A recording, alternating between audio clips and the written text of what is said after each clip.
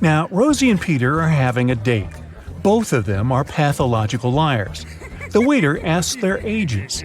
Peter says, "I'm definitely not over 30." Rosie replies, "I'm 28 and Peter is at least 5 years older than me." Peter adds, "Nah, Rosie is at least 29. Can you figure out their actual ages?"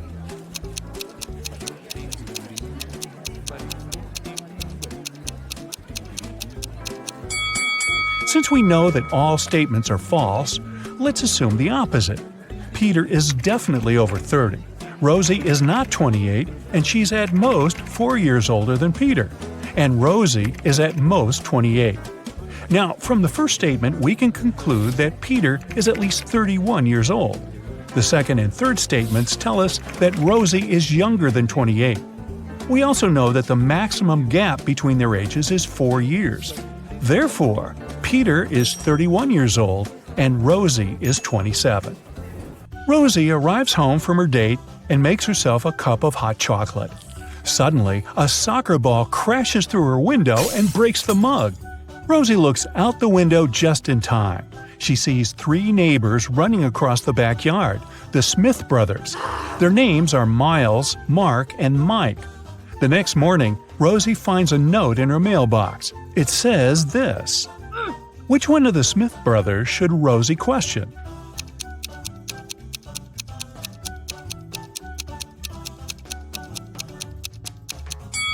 The note reads, "Smith." Therefore, Rosie should blame Mark. Mark apologizes to Rosie. She replies, "I'm going to forgive you if you crack my riddle. So listen carefully. I came first on earth, but second in heaven. I also come twice a week, but just once in a year. I stay away for months, but you can find me in February. What am I?" Can you help Mark solve this puzzle?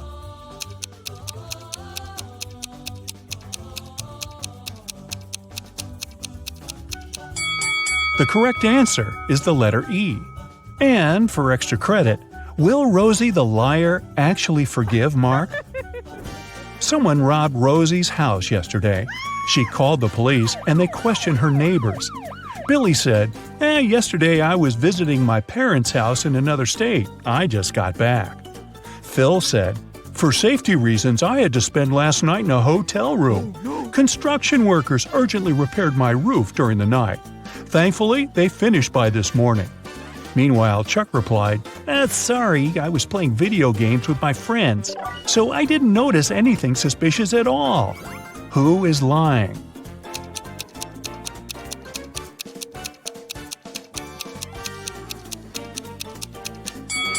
Phil.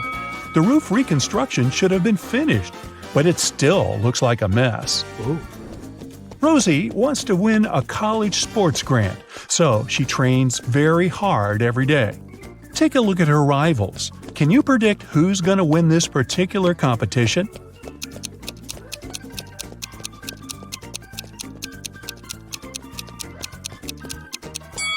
The left runner will be the first to cross the finish line.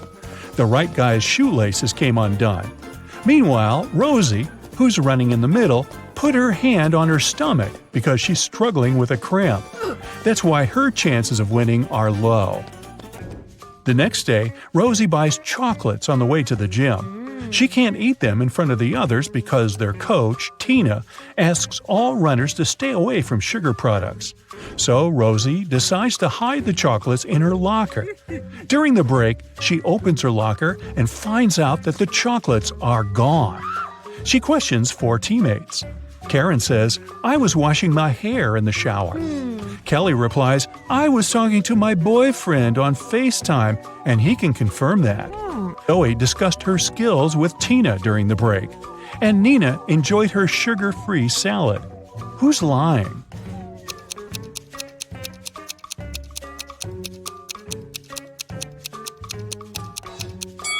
It's Karen. Her hair is dry. What?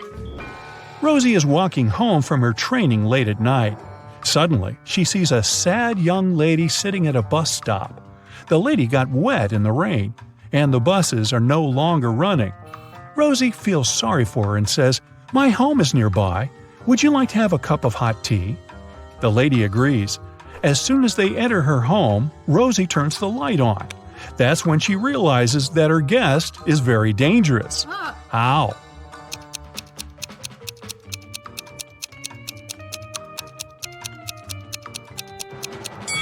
The lady's legs are covered with wolf hair. Take a look at the sky. It's a full moon. She will soon turn into a werewolf. Rosie arrives at work, so we can assume she survived the night. Unfortunately, someone locks her in the underground parking. She wanders around for a while and finds 3 ways out, but only one path is safe. Hungry tigers are hiding behind the first door. It's impossible to get through. The second door is guided by a virtual voice assistant reprogrammed to hate people. It threatens to destroy anyone who enters this door. And the third passage is filled with toxic gas that makes all mammals pass out immediately. Which door should Rosie choose?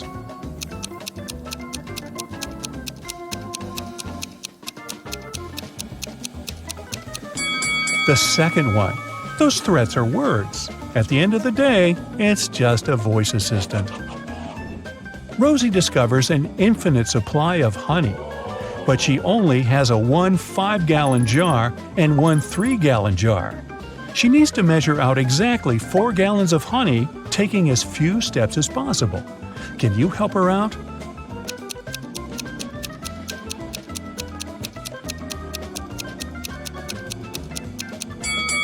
Yep, this can be done in 6 steps. 1. Fill the 5-gallon jar fully. 2. Now pour the honey from the 5-gallon jar into the 3-gallon jar. After that, you still have 2 gallons of honey in the bigger jar. 3. Now empty the 3-gallon jar. 4. Transfer the 2 gallons of honey into the 3-gallon jar. 5. Fill up the bigger jar again. 6. And finally, transfer 1 gallon from the 5-gallon jar into the smaller jar. This way, we'll end up having 4 gallons of honey in the bigger jar. Rosie goes to a local restaurant. The manager offers her free dinner. But first, she has to solve his tricky riddle. Rosie agrees. Here's the task. You throw me out when you want to use me. And you take me in when you don't want to use me. Who am I? Rosie nails it right away. Can you solve this mystery too?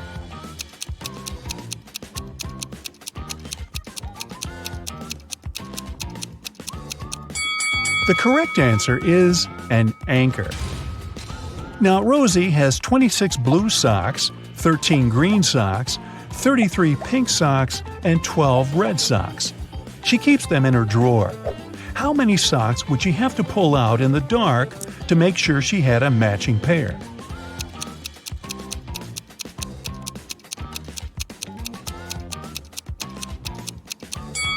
The correct answer is 5. She only has 4 colors in her collection, so 5 socks will guarantee that 2 of them will be in the same color. Hey, great job! Rosie has 4 siblings: Alex, Sarah, Nina, and Willow. All 5 receive some gifts from their relatives on Christmas Day. Rosie opens 25 gifts, while her brother Alex only 24. Meanwhile, Sarah opens 8 gifts, and Nina only 1 gift. Can you predict how many gifts Willow would open?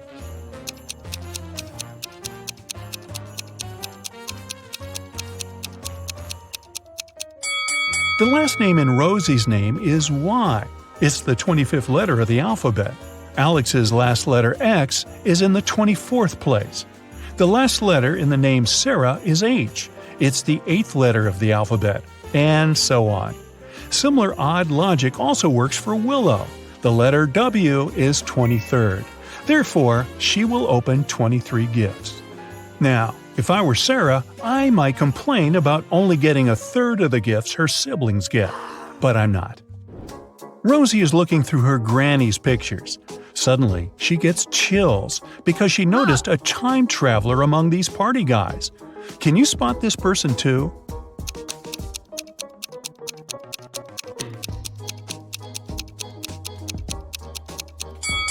This picture is from the 70s, but this guy on the left has a modern cell phone in his pocket.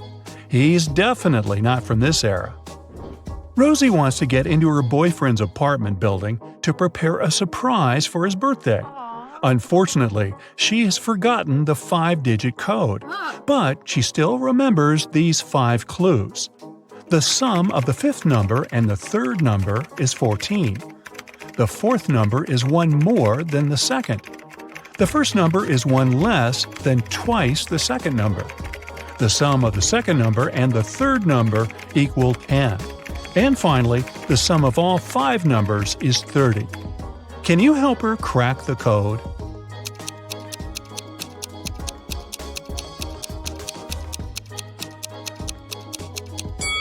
The correct code is 74658.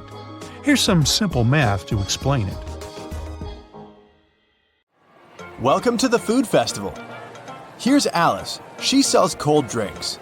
Alice allows her customers to buy 1 bottle of drink in exchange for 5 empty bottles. Phil brings her 77 empty bottles that he collected at yesterday's party. How many bottles do you think he can get in exchange for those 77 empty bottles?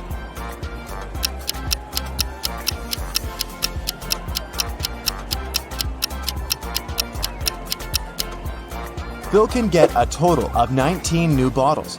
First, he returns 75 empty bottles to Alice and gets 15 bottles. At this point, he'll still remain with 2 empty bottles. When the new 15 bottles of drinks get empty, he can return them as well. This way, he will get 3 more bottles, and after finishing them, he'll still have a chance to get 1 more bottle because he has 2 bottles in stock. Bobby is selling fancy ice cream at a huge discount. That's why he has a rule: only 1 ice cream per customer. Bobby has only 2 flavors left: vanilla for €1 and cherry for €2. Lisa comes over and gives Bobby €2. Without asking any questions, Bobby gives her cherry ice cream. Next, Amy gives him €2, but this time, Bobby asks, cherry or vanilla? Why?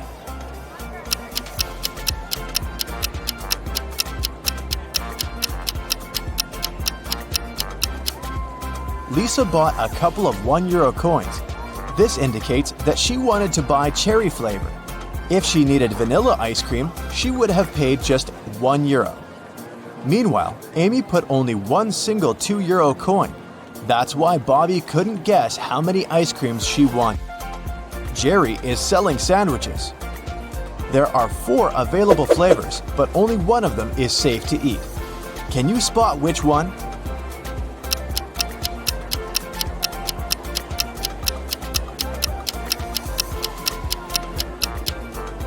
There's a cute little worm inside the first sandwich.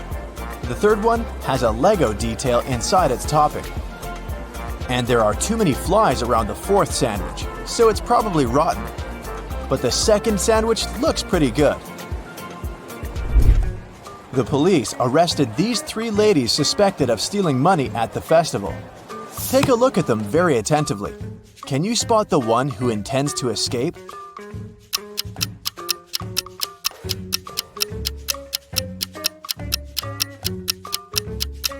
The second lady is holding a file under her headscarf. She's probably the one who plans to escape.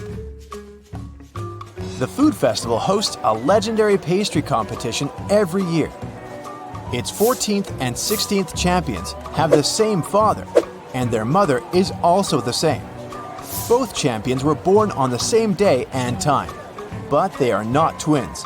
None of them were adopted, and both are females. How is that possible?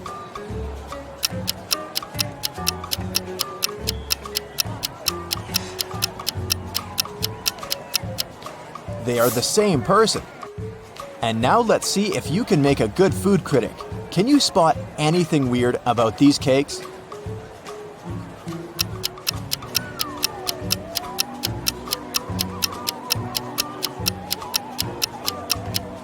This one is mirrored.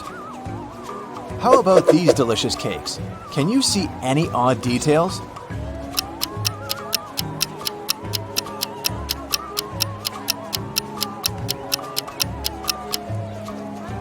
This cake lacks 1 cherry. Bill and Wendy are having their first date at the food festival. They buy delicious fresh papaya, and they take a seat in the food court to enjoy it. The papaya tastes sweet and delicious. Each of them eats 2 pieces. 10 minutes later, Bill gets sick. Wendy takes him to the hospital. Doctors claim that the papaya was poisoned.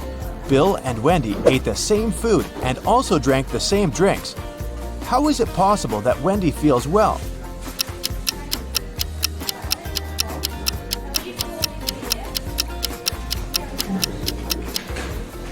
The poison was in the seeds. Wendy threw them away, while Bill ate them all. Alex is observing a sitting lady, but he can't sit at her place if she stands up and leaves. Where is she sitting?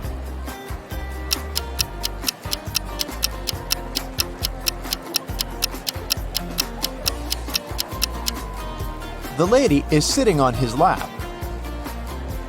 Let's move on to the pizza shop. Can you solve this tricky sequence?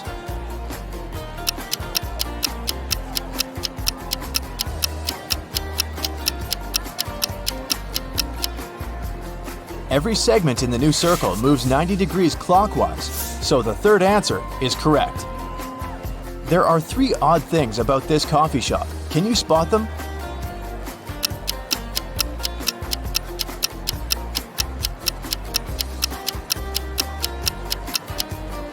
The barista has 2 left hands. The reflection in this mirror shows everything upside down. And finally, this customer doesn't have a shadow. Miss White is the key investor of the festival. In the evening, one of the guests finds her unconscious in the backyard of the festival location. Detective Jones arrives at the crime scene and questions 5 of Miss White's co-workers: Bobby, James, Sally, Sam, and Sebastian. He also looks around and finds 3 notes. The first note is in the storeroom. The second one is in the art lounge, and the third in the makeup room. All the notes have a similar message. The clues are where you find the notes. Can you help Detective Jones solve this mystery?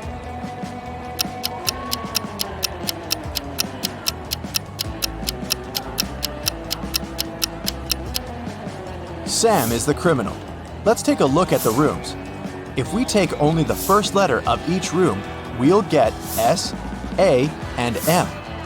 Arrange the letters and we'll have the name Sam. Diana buys a chocolate cake and leaves it on the table in the food court to go buy some drinks. Then she comes back and sees that the cake is gone. She questions 3 people standing nearby. Henry says, "I didn't do it. I'm on a sugar-free diet." Miss Green replies, "I'm allergic, young lady. I haven't been eating chocolate for 30 years now." And Kelly says, "I'm sorry, but when I came over, this table was empty, so I occupied it. I didn't see any cakes." Who's lying?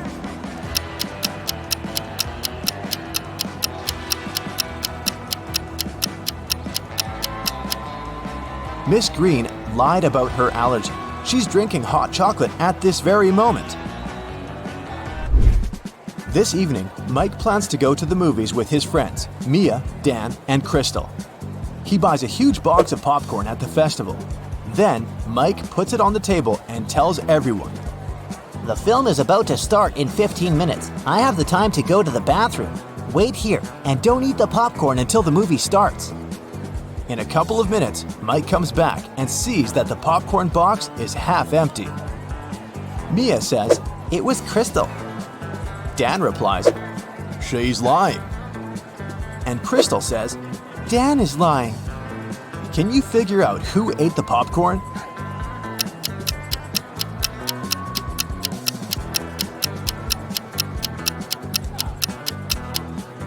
Dan. He's the only one who has popcorn crumbs on his cheek. Meanwhile, Jennifer is drinking her tea alone on the opposite side of the food court. Suddenly, she gets a business call and goes outside to answer, leaving her glass on the table. A minute later, Jennifer comes back and gets very upset. Someone drank all the tea from her glass. There are 3 people standing next to the table. Can you figure out who's guilty?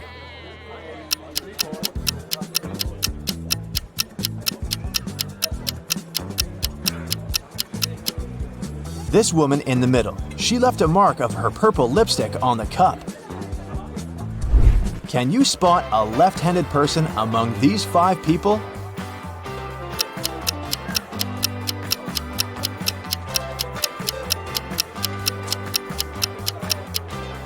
It's the barista. She's holding a tray with her right hand in a static position. Meanwhile, she's serving the drinks with her left hand, so she's most likely the left-handed person. Marta is making a fruit drink. The recipe comprises 90% of liquid and 10% of solid fruit mix. The total weight of the mixture is 20 pounds. After boiling the drink for a while, Marta notices that the liquid starts to evaporate. Now, the liquid comprises just 50% of the total weight. What's the weight of the drink now?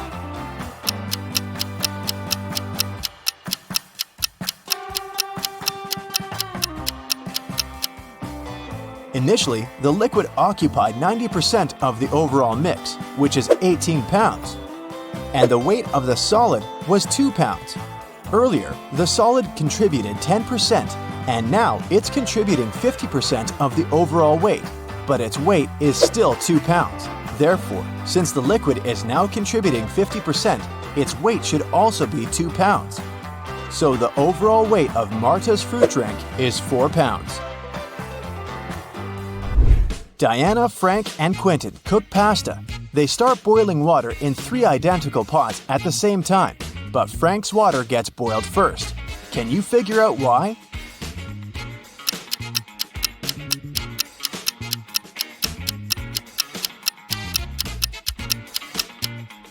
He's the only one who closed the lid. And finally, let's take a look inside the food warehouse. Do you see anything weird?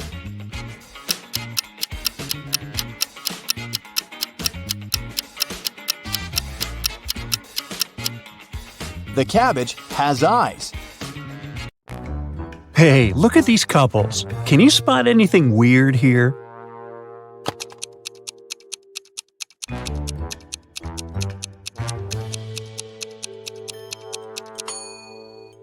Seems like the only real wife is the one on the right. She looks grumpy, but she is authentically human. Meanwhile, the lady on the left must be a robot. Just look at her legs. A local bank's money was stolen right in the middle of the day. But no one noticed that. Several days later, the room where the money used to be stored was found completely empty. There was just one note saying 7718. The police arrested 3 suspects, Bill, Jeff, and Cody, but the officers didn't know which of them was guilty. They invited a famous detective to crack the mysterious case, and the detective managed to decipher the note immediately. Can you do it too?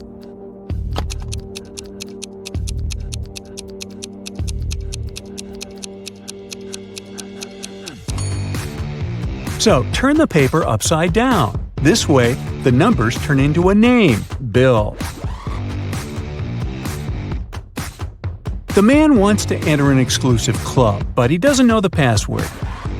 Another man walks up to the entrance. The doorman says 12, and the man says 6, and is allowed to enter. Another man approaches. The doorman says 6, the man says 3, and the doorman lets him in. Thinking he's heard enough, our guy walks to the door. When the doorman says 10, he says 5. But he isn't allowed to enter. What should he have said?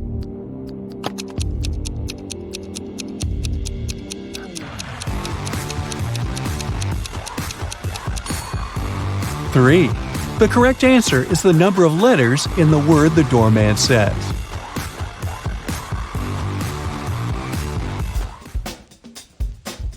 Martin was a robber.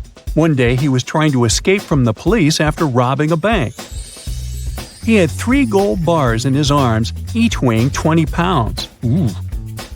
The only way to get away was to cross a bridge, which could only support 220 pounds. The 3 bars of gold weigh 60 pounds, and Martin weighed 180 pounds. Could he cross the bridge without getting rid of any of the bars?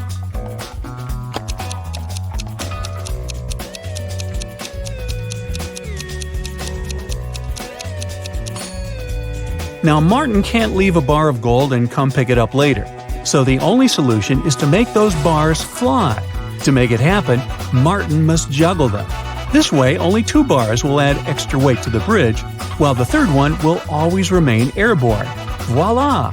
180 plus 20 plus 20 equals 220, so the bridge can totally handle it. However, Martin couldn't handle it because he couldn't juggle, and the police got their man. A thief entered a high-end boutique and forced the shop assistant to open the safe. The shop assistant said, "The code for the safe is different every day, and if you harm me, you'll never get the code." But the thief managed to guess the code on his own. How did he do it?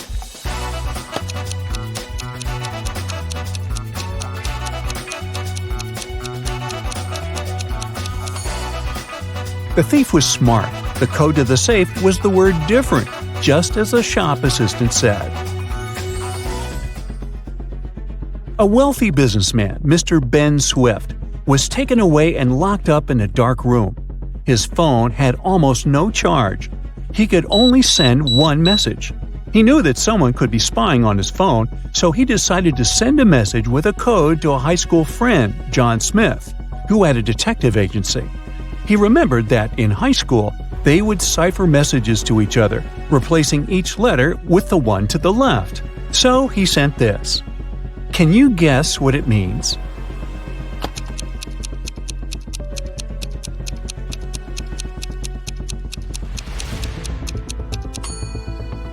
It's not gibberish. Once you decipher it, the message reads accountant, so it seems his accountant is to blame. You're wandering through the jungle when, all of a sudden, you see a magnificent ancient castle. You enter it and see its inhabitants. It's kind of hard to say if they're friendly or not, but hey, look, they've just fetched you some snacks. Still, you can tell from their grins that these snacks might be a trap for you. You can't say no to them and need to choose something to eat. There are 4 muffins in front of you. They all look yummy and your mouth is watering. One of the inhabitants, who seems to be the leader, tells you that the first muffin has some fermented cabbage inside. The second is swarming with live ants. The third has mud instead of chocolate cream. And the fourth one has ackee fruit inside. So, which dessert should you opt for?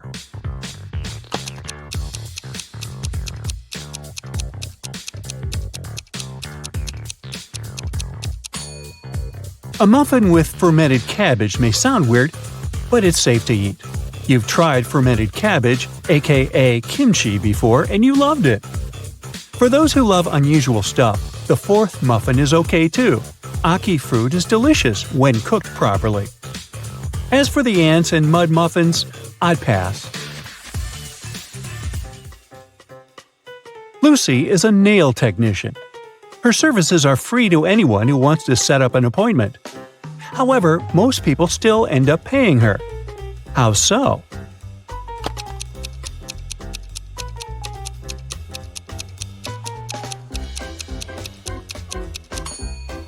Lucy only does one hand for free, so most people who come end up paying the full price. They don't want to look weird with their nails done only on one hand. Poor Kathy lived with a stepmother and 3 wicked stepsisters. Her dream was to go to a lit party, which she had been waiting for a year. Her stepmother, Eveline, never let Kathy go anywhere. But this time, Eveline decided to let Kathy go as soon as she had finished with all her tasks. The stepmother asked Kathy to bring her some water, but she gave her a colander to carry the water. How can Kathy bring the water if she has nothing but a colander?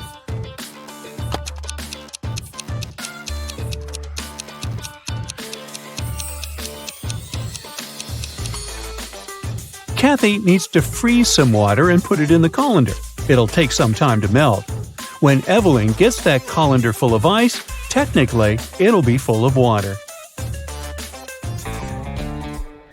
Jeremy got lost while driving, so he found the nearest town and decided to spend the night in a hotel. After checking in, he went to the restaurant. Suddenly, the lights went off and everyone fell asleep. The next morning, Jeremy had a terrible headache, and he couldn't remember anything. Look at these two photos. They were taken before and after the lights went out. Can you guess what happened?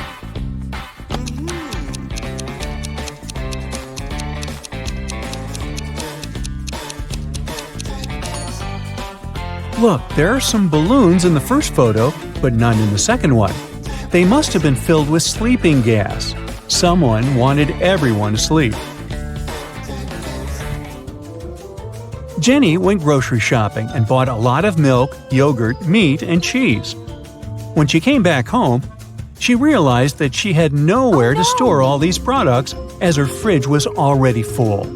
How can she save all the food she bought?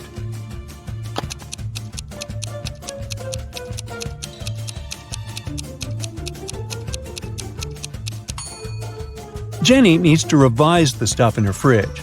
Look, there's a pack of rice, some chips, and even cookies. These products don't need to be stored in the fridge. Once she takes them out of the fridge, she'll have enough space to store the dairy products and meat she bought. Twiggy's got her 2 piggies. Alex grooves with his 2 wolves. And Tony has a pony. They're all on the shore of a vast and dangerous river. They need to get across, and there's only one small raft nearby. But it's not as simple as it might seem. There are 5 rules the guys need to follow.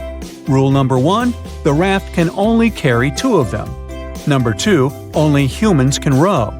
Number 3, the piggies can't ride with Alex unless Twiggy is around. Number 4, the wolves can't ride with Twiggy without Alex. And finally, number 5, the pony can only ride with Tony.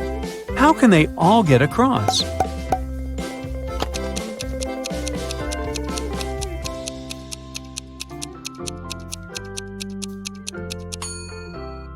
First, they need Tony on board. He needs to take one of the wolves across the river. The rules don't prohibit it. When he comes back, Alex takes the second wolf across the river. Then Alex goes back alone. Twiggy joins him and they go to the other bank, where Twiggy leaves Alex and goes back alone. She gives the raft to Tony and his pony, and they go to the other bank. When they reach it, Alex takes the raft and goes back to pick up Twiggy. He picks her up, they go back, and Twiggy leaves Alex there. After that, she goes back to pick up her pigs one by one. Finally, I thought this was never going to end. Hey.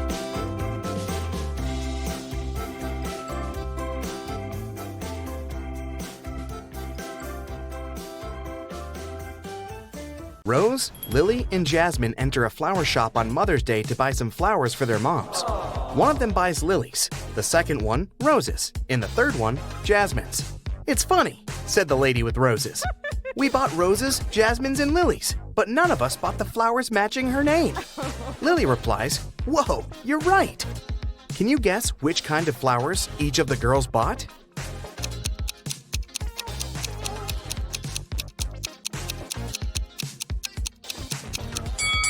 We know that the lady who bought the roses isn't Rose, and she's not Lily either, because Lily replied to her words. So Jasmine bought roses, Rose bought lilies, and Lily bought jasmines. Bob also bought some flowers for his wife. All of the flowers he has are orchids, except 2. All of the flowers he has are hibiscuses, except 2. And all of the flowers he has are roses, except 2. Can you guess how many flowers Bob has?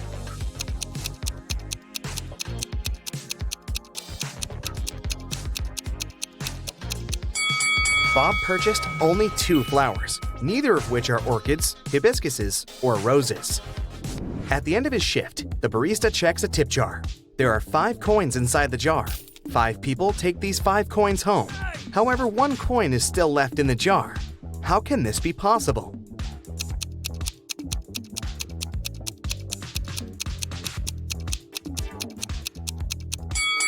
Simple. The last person took the jar along with the coin. Therefore, 1 coin still remains in the jar. 3 best friends participate in a bicycle race, but one of them is cheating. Can you guess who?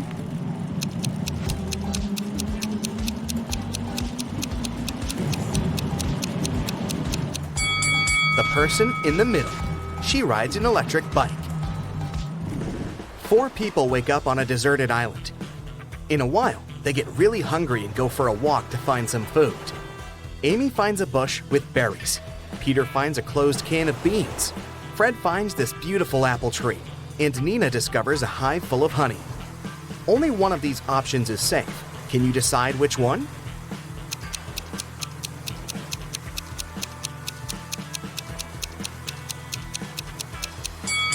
A creepy cobra is hiding in the bush. The beans expired 10 years ago. It's not safe to take honey from the hive without a protective suit, so apples are the safest option. It has 13 hearts, yet it's never alive. What is it?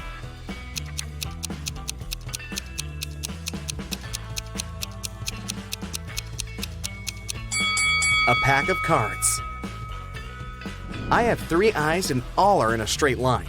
When my red eye opens, everything freezes. What am I?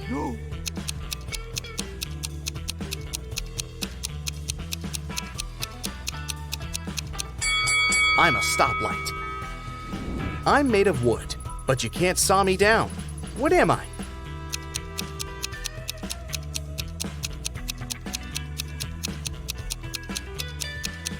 I'm sawdust. Wendy is trapped in a creepy castle.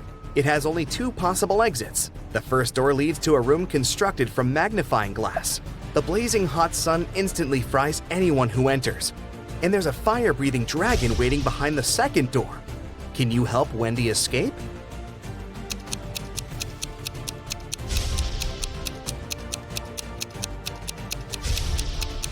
She should wait until nighttime and go through the first door. Can you write the number 45 only using the number 4?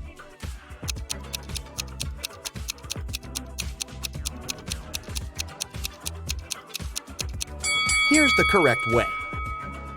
Tim lives in an apartment building. He comes home in the evening and finds out that his car is wrecked. He also sees 3 neighbors standing nearby. Tim wants to find out who's guilty, so he questions them. Henry replies, "I was just skating around the block. I didn't touch your car." Will says, "I was playing basketball with my friends." And Shelley replies, "I've spent all day working in the coffee shop on the first floor of our building."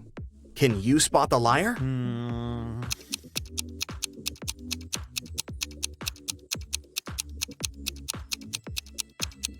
Shelley. She said that she'd been visiting the coffee shop, but it's closed for good. Bella wants to rob an old lady's house. She approaches the door and sees that the door is opened.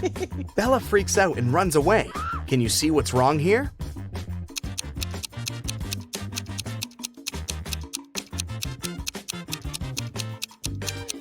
There's no hole for a key. There's a 5-letter word that has 3 consonants, and they are all the same. Also, the word has 2 different vowels. There's something wrong associated with this word. Can you guess it?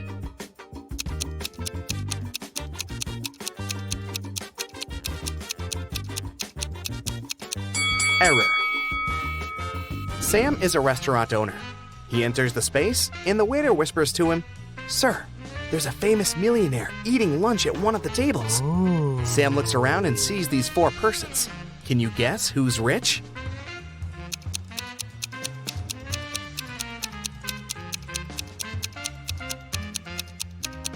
The first guy is wearing a fake Nike hoodie. This elegant woman has a fake Gucci bag. The third person is wearing torn shoes. And this lady is holding the keys from the brand new Ferrari parked behind the window. So, she's definitely not poor. Take a look at these 9 letters. Can you form a 9-letter word using these letters? Don't forget to use each letter.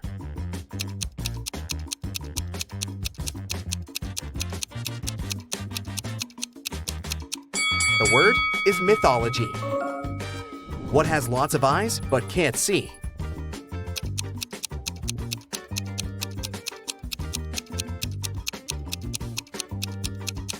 The correct answer is a potato.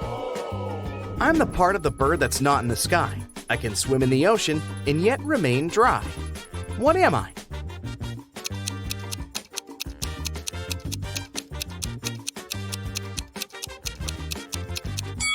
I'm a shadow. An electric train is traveling southwest at 95 miles per hour, and the wind is blowing northeast at 95 miles per hour. Can you guess which direction the smoke blows?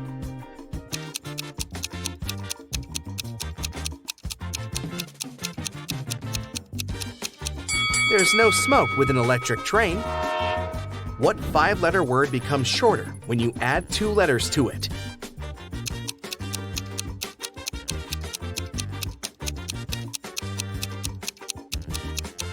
The correct answer is short.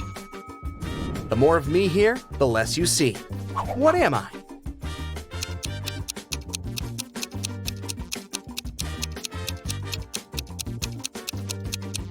I'm darkness. What building has the most stories?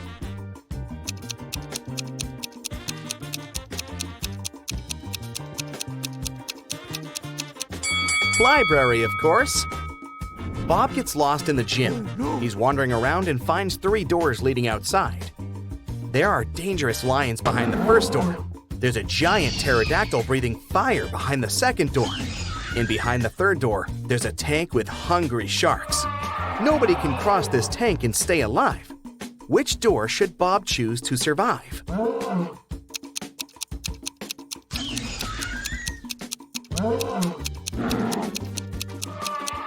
To crack this riddle, Bob should remember that pterodactyls don't breathe fire. That's what dragons do. Also, pterodactyls went extinct many millions of years ago, so Bob should choose the second door. I'm tall when I'm young, and I'm short when I'm old. What am I?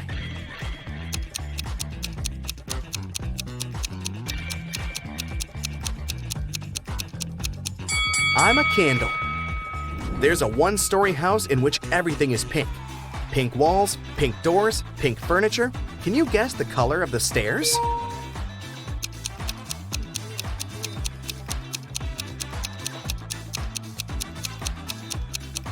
It's a 1-story house. There are no stairs. I'm taken from a mine and shut up in a wooden case from which I'm never released. And yet I'm used by almost everybody. What am I?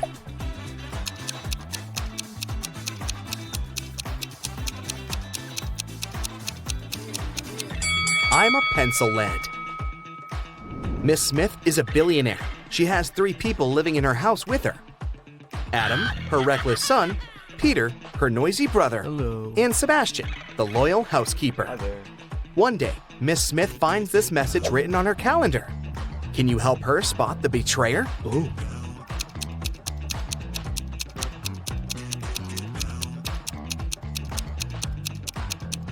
The circled numbers mean the months. It's her son, Adam. I can be long or I can be short. I can be grown and I can be bought. I can be painted or left bare. I can be round or a square. What am I?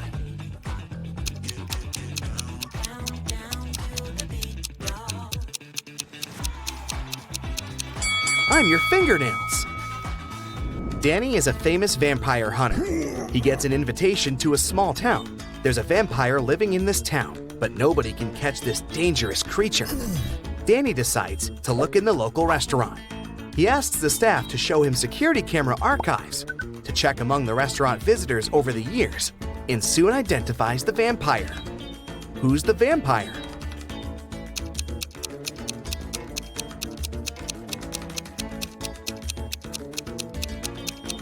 There he is. Vampires don't age, and also don't eat food.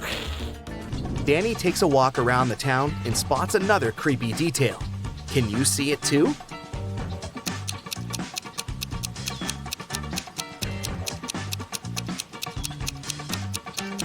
There's a zombie hiding over there. What about this location? Can you spot any zombies here?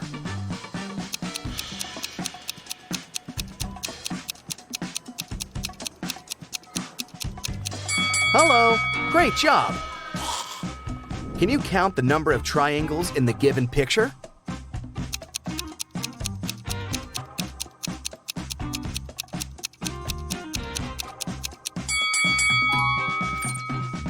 What about this picture?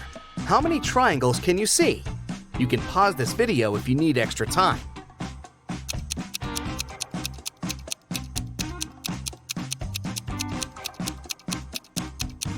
There are 104 triangles in this picture. One day, Marcus was going home from work. There was a blackout in the city and everything was shrouded in darkness. Suddenly, he heard footsteps. Someone was rushing behind him.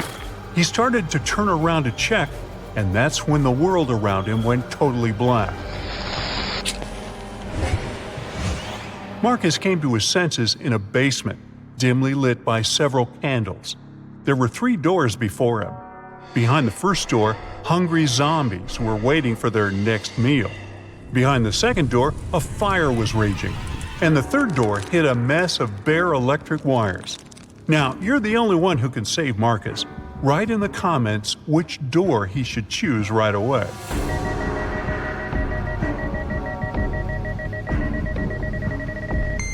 As you might remember, there's a blackout in the city, so electrical wires are totally harmless at the moment.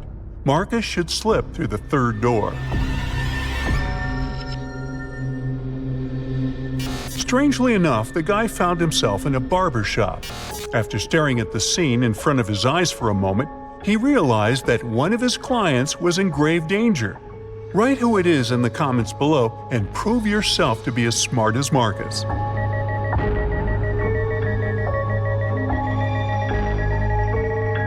Marcus spotted that the red-haired hairdresser had mistaken a bug spray for a hairspray. But once he opened his mouth to warn the client, the entire room vanished into thin air. It was just a hologram. Was someone playing with Marcus? The guy went further. At one point, he turned around the corner and a freezing gust of wind hit him in the face. Marcus was outside and it was winter all around. Behind his back, there was no building, just snowdrifts and dark trees. The man could only move straight ahead. There were 3 paths ahead of him, but the one on the left led through the den of hungry wolves. To follow the one in the middle, Marcus would have to pass by a family of bears. And the right path went over a frozen lake covered with thin ice. The guy is freezing. Help him in the comments as fast as you can.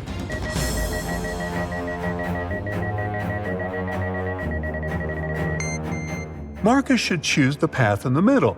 It's winter, and bears kinda hibernate during this season.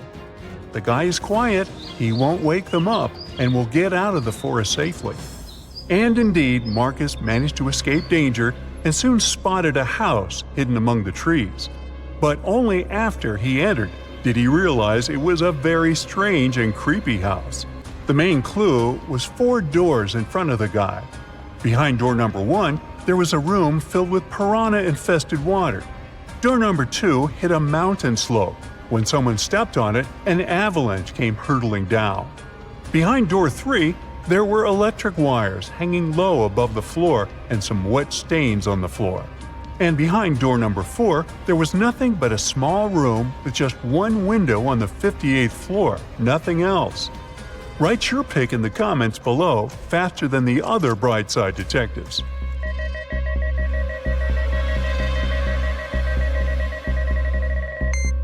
Marcus should walk through door 3.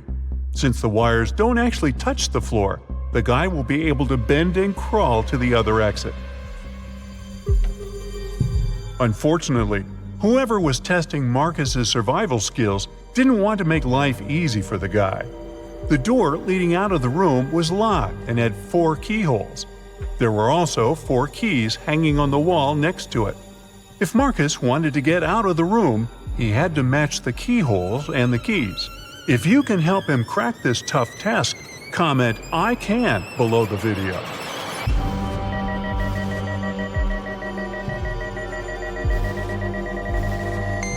Look at the bows of these keys.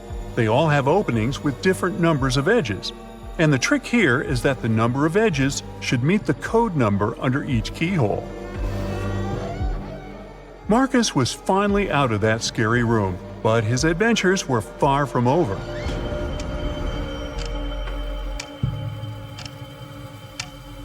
Of all places, he found himself in a jail canteen.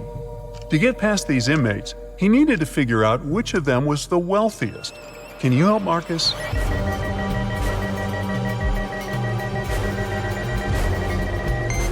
The man on the left is a chef. That's why he has a special meal. The guy in the middle has some gold jewelry. but it's unlikely it can help him a lot in jail. As for the man on the right, he has a smartphone hidden in his pocket, and in prison, such a gadget means the ability to communicate with the outside world. So he must be the most influential and richest among them. But if you disagree, write your opinion in the comments. Poor Marcus. To get out of the jail canteen, he needed to choose the safest exit, but all of them seemed equally terrifying.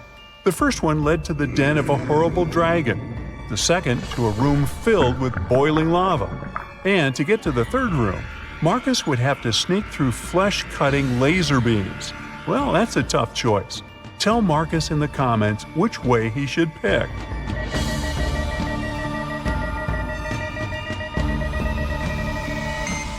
The safest way is probably to sneak through the third exit. It's not going to be a walk in the park, but at least those laser beams are not moving. The next place Marcus found himself was in a battle area. Apparently, that mysterious force that was playing with him had notched the game. 3 creatures were waiting for the guy, and he needed to fight one of them to survive. The first monster had the head of a rattlesnake and the body of a giant ferret. The second one had the body of a gorilla and the head of an alligator. And the third creature had the face and body of a great white shark and the tail and claws of a bear. Which monster should Marcus choose? Share your wisdom in the comments.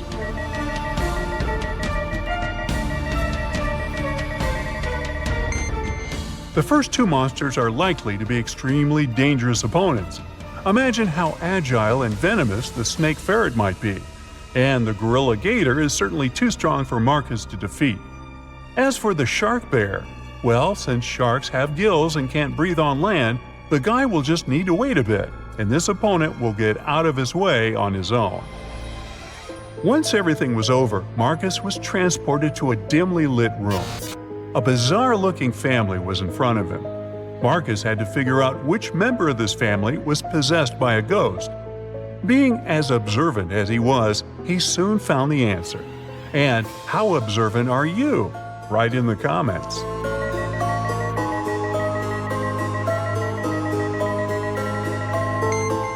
Admittedly, this woman looks kind of scared, but she's not possessed. She's choked on some food and can't breathe. The man is wearing dark glasses, even though he's indoors. Suspicious. But he's blind. Do you see that white cane the blind use next to him? The granny is the one who is possessed. There's a trace of ectoplasm that goes through the whole room towards her. After successfully cracking the riddle, Marcus found himself in a jungle. After wandering for hours, he came to a place where the path split into 3 smaller trails. The first one led to an active volcano with red-hot lava bubbling in its crater. If Marcus chose the second path, he would get to a clearing swarming with venomous bats. And the third path ended in a swamp, swallowing everything and everybody that got there. If you know where the guy should go, tell him in the comments, please.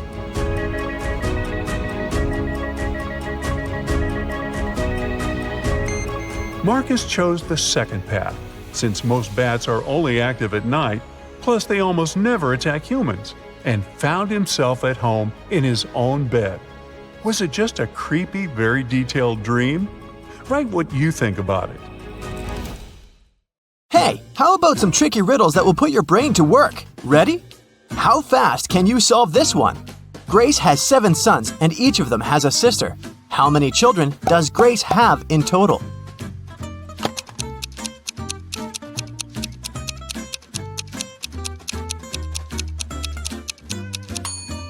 The answer is 8. I bet all the sons have the same sister, so 7 sons plus 1 sister equals 8 children. Stephen's family was away this weekend, but he was found unconscious outside his mansion. Investigators had 3 main suspects. All of them were in the house when it happened. The first person was Maya, but she claimed to be innocent. "I was cleaning the house in the morning and I took a nap in the afternoon," she told the investigators. John, the butler, said, "I was told to check the food inventory in the afternoon." And the last person to be interrogated was James, the driver. He claimed he'd been far away from the house that day. "I was driving the boss's children to a garden party."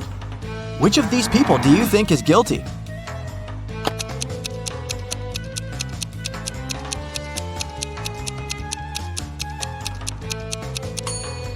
It was James. All family members were away that weekend, so his alibi can't be true. What English word has the same pronunciation even after you take away 2 of its 3 letters?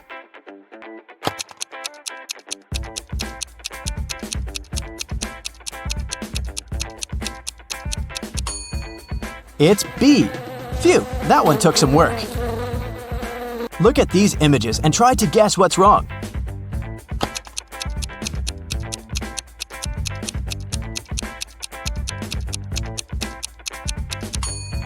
Duh! In the last picture, the woman is trying to eat soup with a fork. Like that would work. On a lazy Sunday afternoon, 7 friends decided to go to the mall. Esme, Evelyn, and Elise grabbed a cup of coffee each, while Ava, Ella, and Emma decided to drink some refreshing soda. Using this logic, can you figure out if Esther chose to drink coffee or soda?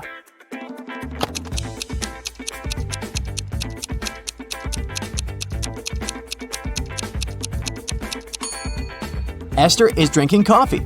The secret is in the girl's name. Esme, Evelyn, Elise, and Esther all have 2 letters E in their names, just like the word coffee. There were 4 pairs in the basket and 4 people in the room. Each person took 1 pair. In the end, there was still 1 pair left in the basket. How is that possible?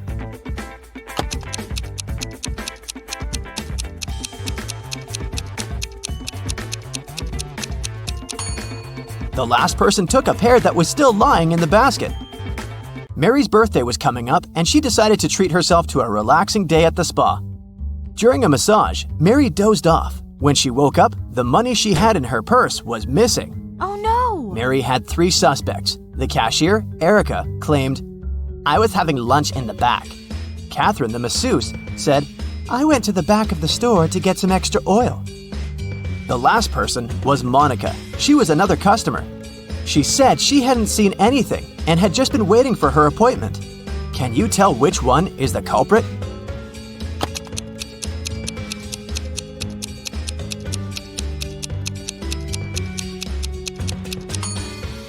The thief is Catherine. She must have waited for Mary to fall asleep and then took her things. Look at the money hidden behind the oils.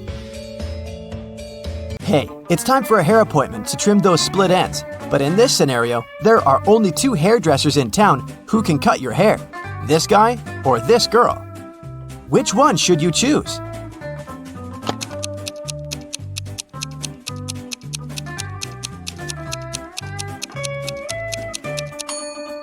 The girl, of course. If there are only 2 hairdressers in town, that means they cut each other's hair.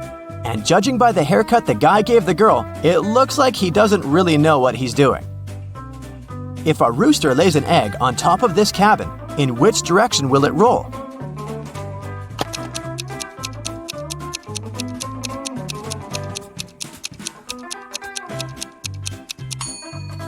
Aha! Roosters don't lay eggs, so it wouldn't roll anywhere. The shopkeeper of an expensive skincare store called the police because someone had robbed his business. He didn't notice the culprit, but according to the security camera footage, there were 3 customers in the store at the time of the robbery. Police officers questioned each of them. Michael said he'd been buying some stuff for his pets. The second suspect, Kayla, was looking for ointments and some aloe vera gel. The last person, Rachel, told the interrogators she'd been busy looking for lotions. Can you tell who's lying?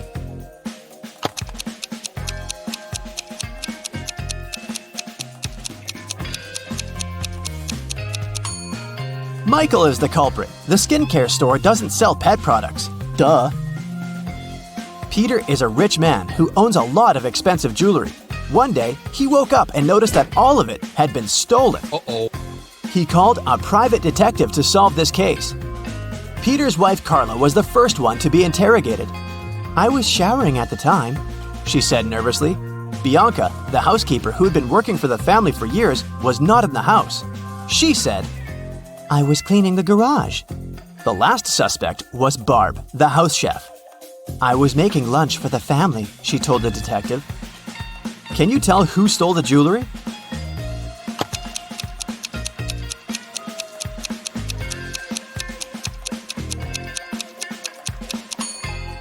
It was Barb, of course. She claimed she was cooking lunch, but the crime happened at night. A man lives on the 80th floor of a high-rise building. On rainy days, he takes the elevator all the way up. But on sunny days, he only takes the elevator halfway to his floor. And then, he takes the stairs the rest of the way. Why does he do this?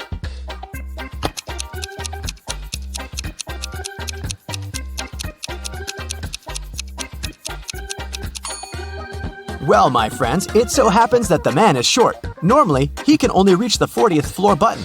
But on rainy days, he manages to push the 80th floor button with the help of his umbrella handle. Genius, huh? On a rainy day, Miranda decided to work from home. At one point, she went to the bathroom, but when she got back, she noticed that her cell phone and money had been stolen right in her own house during the day. There were 3 people in the house at the time. Her sister Beth claimed it wasn't her. I was still asleep at the time because I'd gone to bed late yesterday. Her other sister Anna said she'd been taking a stroll in the garden when it had happened. I was watching the night-scented orchid bloom. And lastly, there was Josh, Miranda's boyfriend. I've just got home for lunch, he said. What do you think? Which of these 3 suspects stole Miranda's money and cell phone?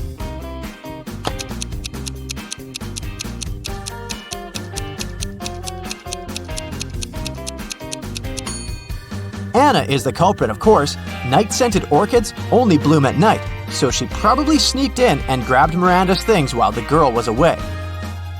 A farmer rode into the village on Monday. He stayed in the village for 4 days and rode out on Monday. How is that possible?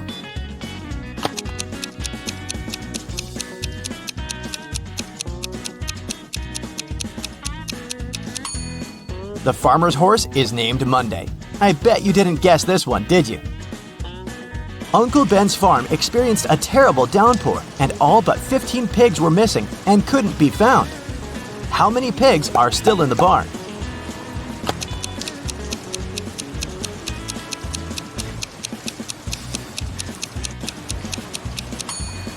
If you said 15, you got it right.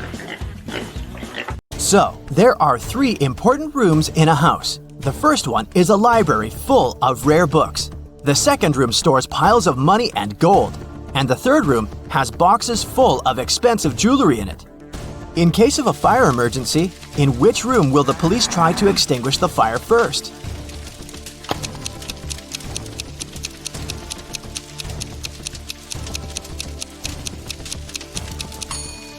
The correct answer is none. Police officers don't fight fire.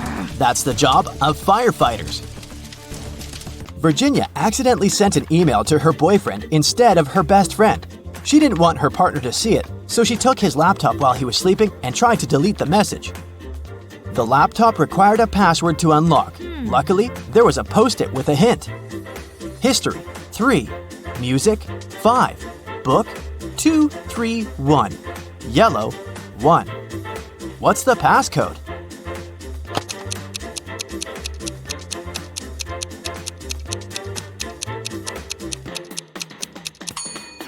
Each number indicated the letter Virginia had to select in the corresponding word. The third letter in history is S.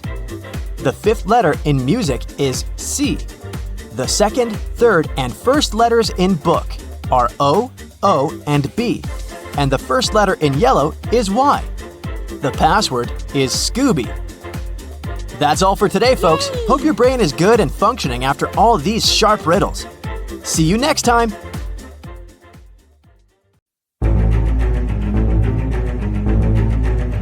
All right, wake up your brain, let's go. A man is trapped in a room that only has 2 possible exits. The first door leads to a room made out of magnifying glass. The blazing hot sun instantly fries anything or anyone that enters that place. Behind the second door, a fire-breathing dragon is hiding. Does the man have any chance to escape unharmed?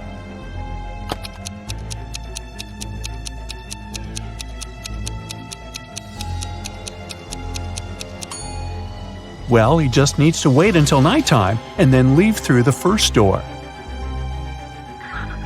This princess urgently needs your help. Can you help her find her frog prince among all these other frogs? Look, the princess is carrying a picture of the frog she's looking for. It can help you spot the right one.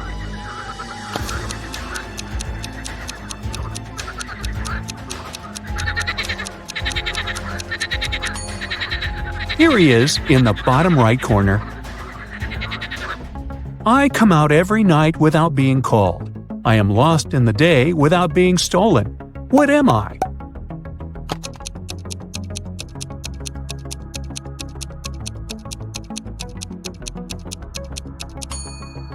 If you think it's a star, you're absolutely right.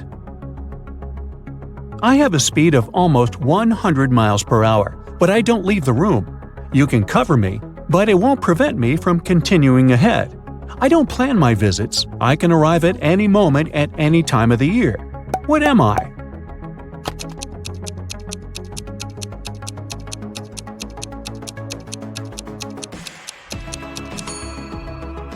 I'm a sneeze.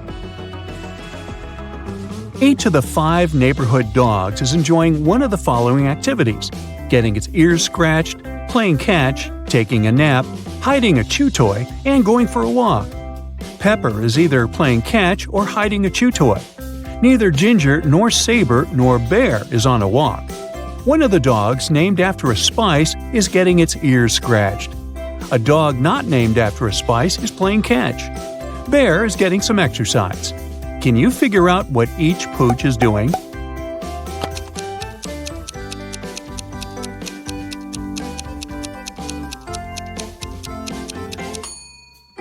Saber is taking a nap.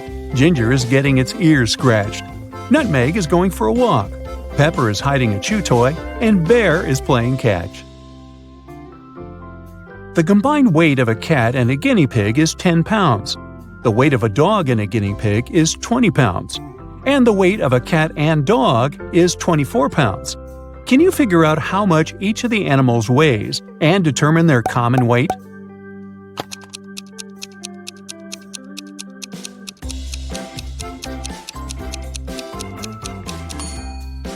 The cat weighs 7 pounds, the guinea pig weighs 3 pounds, and the weight of the dog is 17 pounds. It means all animals will weigh 27 pounds. Ben and Grace are having a party.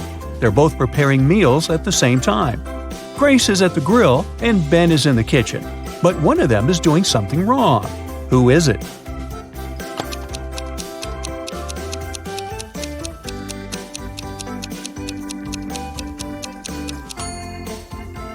It's Ben. His stove is off. Then how is he cooking? 5 friends came to Kim's sleepover party. When it got too late, Kim's mom told them to go to bed. But sometime later, the woman heard some noise coming from the room. When she went to check, she saw that one of the windows was open. All of the teens were in their beds and seemed to be sleeping. But someone must have left the room and come back. Who was it?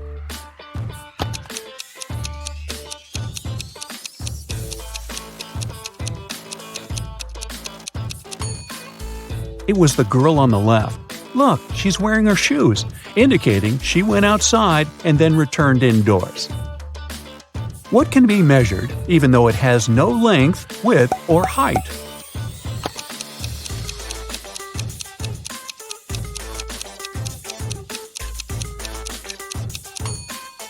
It's temperature. Take me out of a window and I leave a grieving wife. But stick me in a door and I can save someone's life. What am I?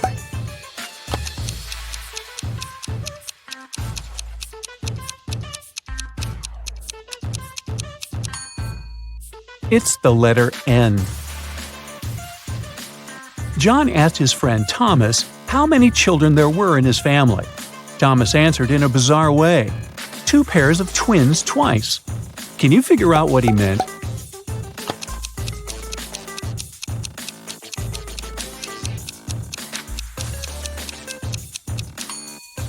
In simple words, there are 8 children in Thomas's family.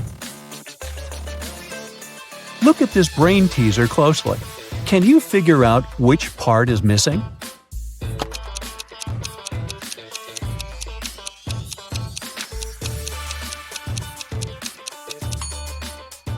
It's part A. Your friends come to congratulate you on your birthday. They have a great gift for you, but you can't get it so easily. First, you need to figure out the password to a combination lock. Luckily, your friends have some hints for you. Here, number 1 is correct and in the right place. One number is correct, but is in the wrong place in this combination. 2 numbers are correct, but in the wrong place. There are no correct numbers here. And in this combination, 1 number is correct, but in the wrong place. Can you open the combination lock and get your gift?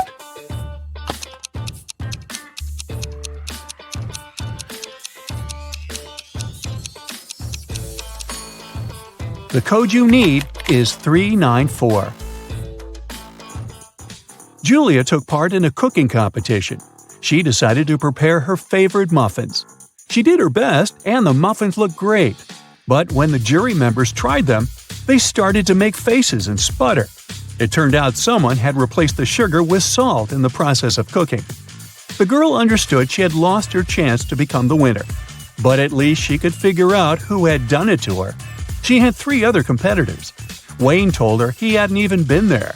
He forgot to buy several ingredients and did some last-minute shopping. Amber said that she had been preparing the icing for her cake. And Diana told Julia that she had been very busy with the recipe. It was complicated, and she had to follow it precisely. Very soon, Julia knew who had spoiled her muffins. And have you figured it out?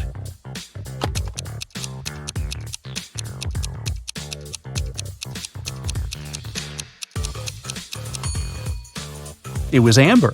She said she had been preparing the icing, but her cake is only sprinkled with some powdered sugar. Nancy was angry with her boyfriend Paul and sent him an email saying she was going to break up with him. But just an hour after sending the message, the girl found out Paul had done nothing wrong. Now she needed to delete the email from his computer. The girl knew Paul was at work, so she sneaked into his house. But the computer was protected by a password. Nancy thought the word she needed could be her name. Paul loved her very much after all. But the girl was wrong. And then an idea came to her mind. She typed in a word, and this time it was correct. Look at what Nancy saw on the screen and try to figure out the password.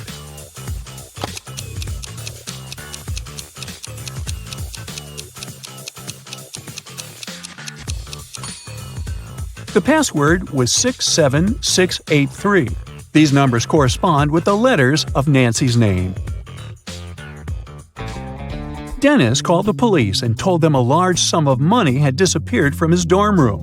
He thought the thief was one of his neighbors. The police arrived and questioned the guy's neighbors. Deborah, a designer, told the officers, "I had to finish an important project. That's why I pulled an all-nighter. When I sent the final version to the client in the morning, I went to bed and only woke up when you came." Aaron, a waiter, said, "I've had a very long shift today because one of my colleagues got ill. I haven't seen Dennis since yesterday." And Nathan, a vet, said, "I've just come back home. One of my patients called and told me he felt unwell. I had to hurry to the hospital where he was and stay with him." The police officers immediately understood who was lying. And you?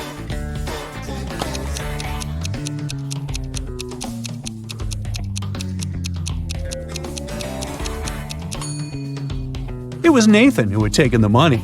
He lied about a patient calling him. He's a vet. Look at these 3 young ladies. Can you figure out who the cat belongs to?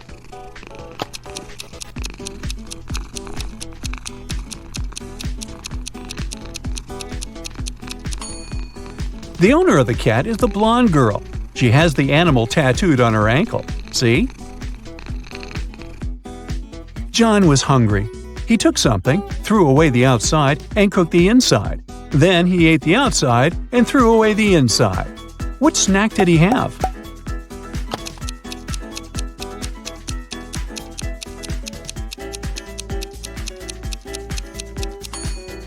He had an ear of corn. Jason arrived at a hotel. He told the receptionist his name and received the key to his room and a note. There were just 3 letters there, F, B, and D. After some thinking, the guy understood what his room number was. Do you know it too?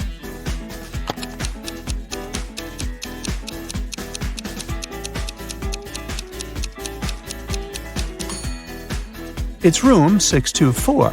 F is the sixth letter of the alphabet, B is the second, and D is the fourth. Look at this picture very closely. Can you figure out who the owner of this cute puppy is?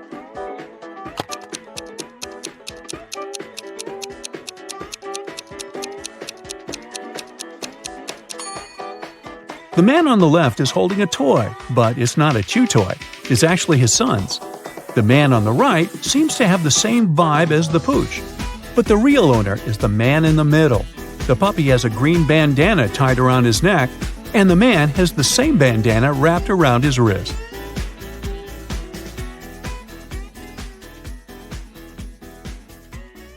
Serena is a private investigator.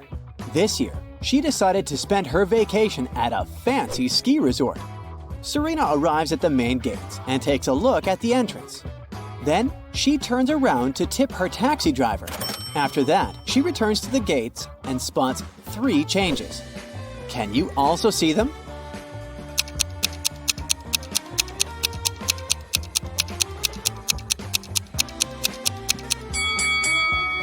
Here they are. Serena enters the hotel. 3 porters offer to carry her bags, but one of them cannot help Serena with her luggage. Can you guess who and why?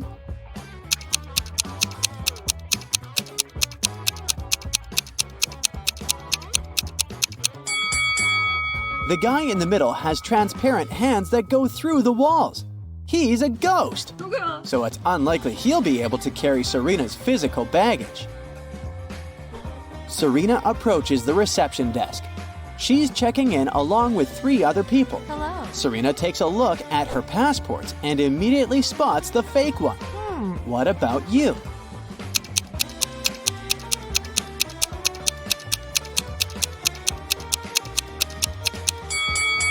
The second guy's picture is black and white, but it's not a crime. The third lady's document also looks fine, but the picture of the first lady has snow-capped mountains in the background.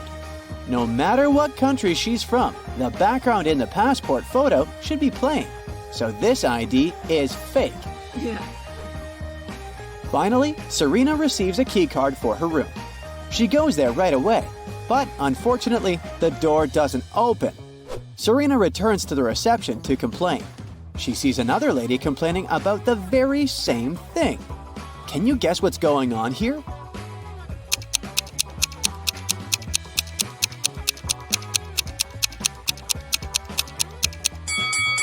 Remember the room number on Serena's key? It's 981. If we turn this number upside down, we'll get 186. The manager confused these 2 keys. The ladies should simply exchange the keys, and the incident will be over. Okay. Finally, Serena enters her fancy suite. She takes a couple of pictures to send them to her friend. Can you find 10 differences between them?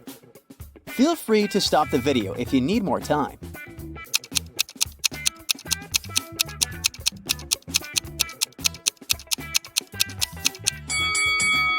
Are you ready to see the answers?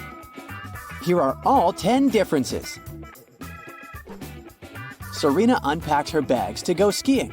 Oh no, she forgot her hat at home. Serena goes to the local winter sports store to purchase a new hat. Which items don't belong here?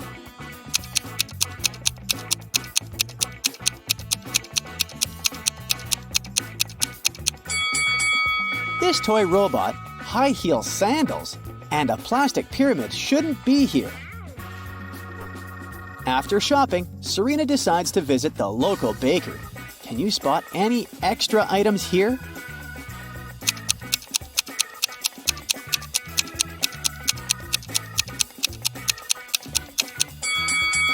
This can of pet food and a dog bowl doesn't belong here, as well as this cat tree. Finally, Serena is in her ski suit. She's riding in a cable car to the top of the mountain with other resort guests. Can you spot the one who hasn't paid for the lift?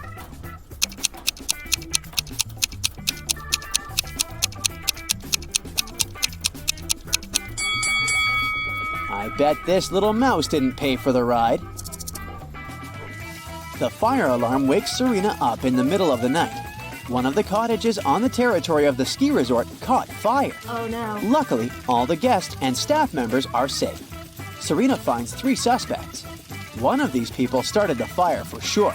Can you guess who?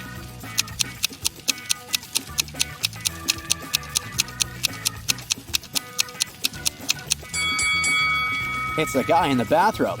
He's hiding a bottle of fire starter liquid in his pocket. Oh my god.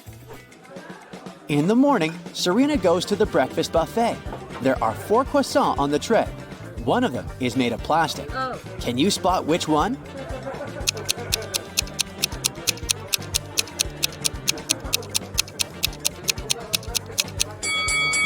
Someone has bitten off the first croissant, so it's probably real. The third croissant was a little burnt, so it's real dough. Take a closer look at the 4th croissant. Some chocolate leaked out of it onto the plate, so it must be real too. Therefore, only the 2nd croissant can be plastic. Oh. Serena starts her breakfast. A young lady named Maya is eating with her husband, not far from Serena's table. Suddenly, Maya gets sick and faints. Oh my god. Her husband calls doctors and they arrive immediately. They conclude that Maya has eaten something poisonous. The husband says, "It's impossible. My wife didn't eat or drink anything today except for the breakfast on this table. I ate it too, and I feel fine." The doctors test the food, and surprisingly, it's perfectly fine. Oh. Serena has already cracked this mystery. What about you?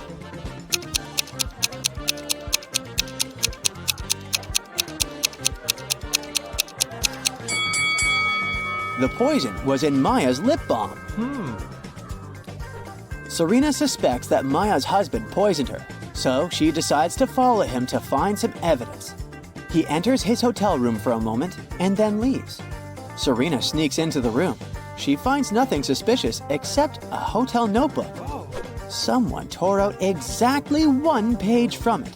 Fortunately, the writer pressed the pen very hard and left traces on the next page. Serena shades the paper with a pencil and reveals the following text. Can you help her decode this message?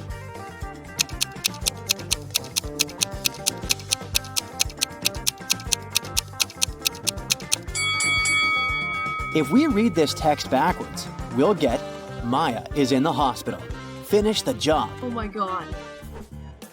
Serena rushes to the hospital to get ahead of the criminal. She enters Maya's room and faces 4 clowns.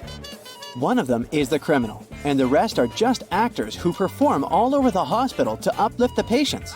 Can you spot the imposter?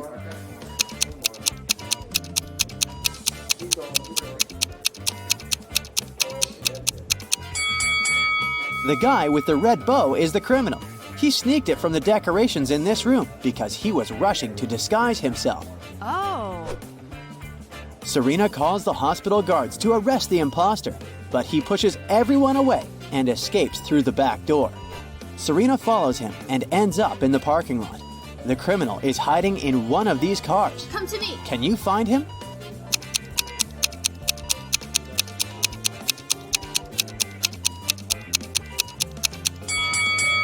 These 3 single cars seem empty and they don't have any signs of break-in. Meanwhile, someone is moving in the back of this pickup truck. Busted! The police arrest the criminal and Maya's husband. Meanwhile, Serena returns to the hotel late at night to get some rest. Oh no! Her room is a mess! Someone clearly rummaged through her things. What's this? In the morning, Serena questions 3 suspects. The cleaning lady says, "Yesterday afternoon, I changed your bed sheets, washed coffee stains off the carpet, and left." The manager says, "I sent a repairman to fix the sink in your bathroom, but I myself didn't enter." The repairman says, "Last night I visited your room to fix the sink. Your stuff was all over the place, but I just thought you were a messy person." Who's lying?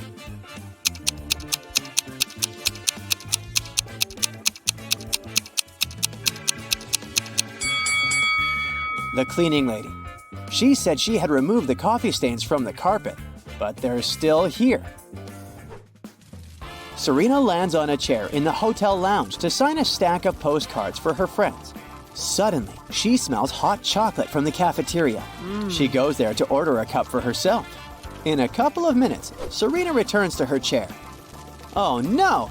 The postcards are gone. She questions 3 people nearby. Mike says, I was reading a book all the time, so I didn't look around. Richard says, I was taking pictures of my girlfriend Stella. You can take a look if you don't believe me.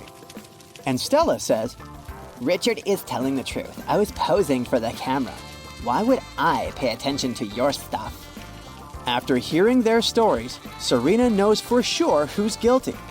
What about you?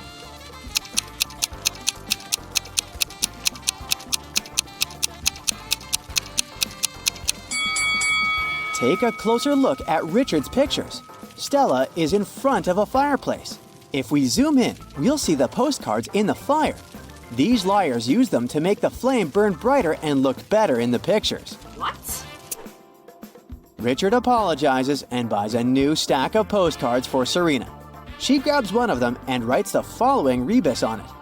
Can you crack the meaning of this message?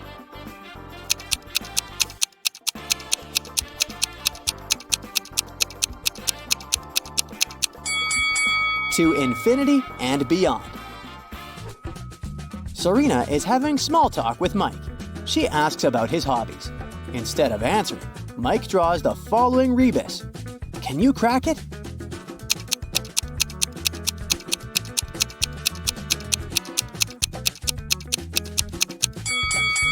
He likes to swim underwater. Serena says, I see you like puzzles. Crack my riddle and I'll get you a huge cup of hot chocolate. Mike agrees. Here's the riddle. The task is to replace the question mark with the correct letter.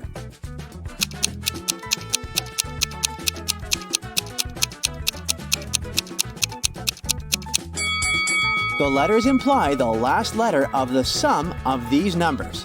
3 times 6 is 18, so the answer is N. 3 times 7 is 21, so the answer is E. And so on. 3 times 0 is 0.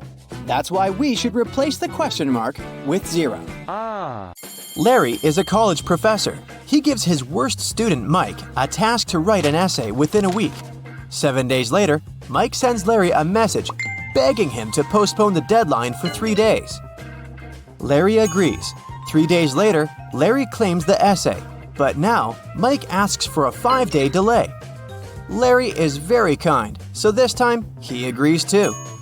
5 days later, Mike shows Larry a burning candle and says, Sir, can you please postpone the deadline till this candle wick burns out? Larry laughs and agrees. Mike laughs too, because now he can forget about submitting the essay. Why?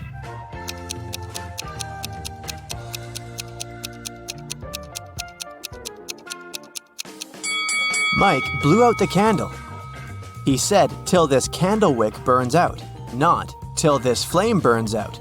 So now, Mike can keep his candle unburned forever and never submit his essay. Larry brings 3 boxes of cupcakes to the college kitchen. He leaves them on the table to celebrate his birthday with coworkers after classes. All boxes have different sizes, but each contains 3 cupcakes. Meanwhile, Mike enters the kitchen. He opens one box and eats 3 cupcakes. After classes, Larry finds out that every box in the kitchen still has 3 cupcakes. How is that possible?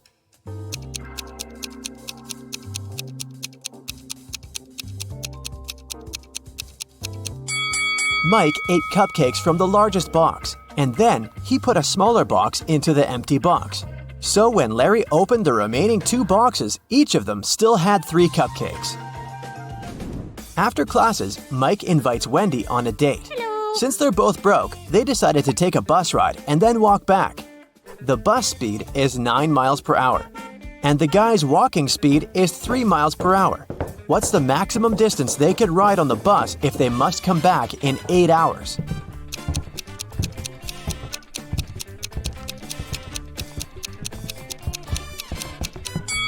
Mike and Wendy can move on a bus 3 times as fast as they can walk.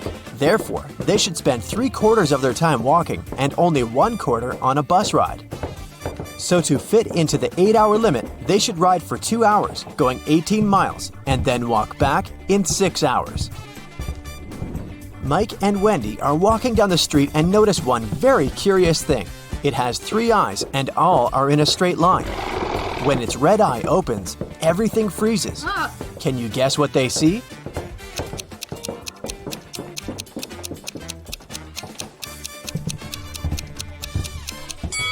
A stoplight. Mike returns to the student dormitory to find out his entire food supply is gone. He questioned 3 people. Can you guess who ate his food?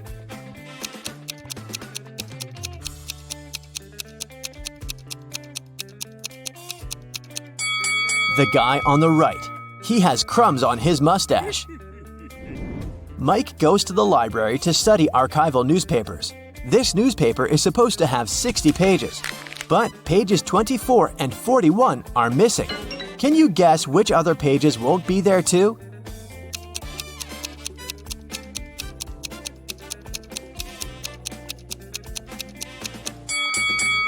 Pages 19, 20, 23, 37, 38, and 42 will also be missing.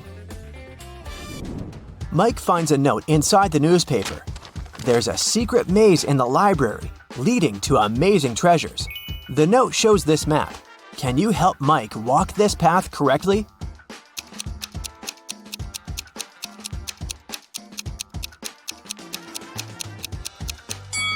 Here's the right way. Mike walks through the maze and finds this bookcase. One of the shelves is fake. Can you spot which one?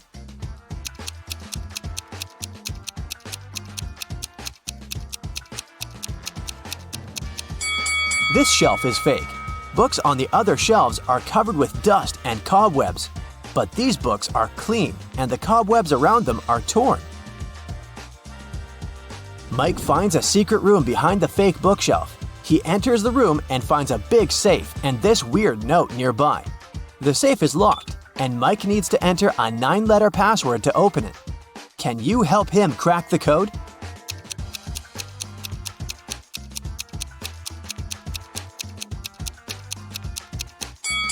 The correct password is Moonlight, and here's why. Take a look at the hint note. All Mike needs to do is to use the corresponding number letter of each word. The first letter in the maze is M.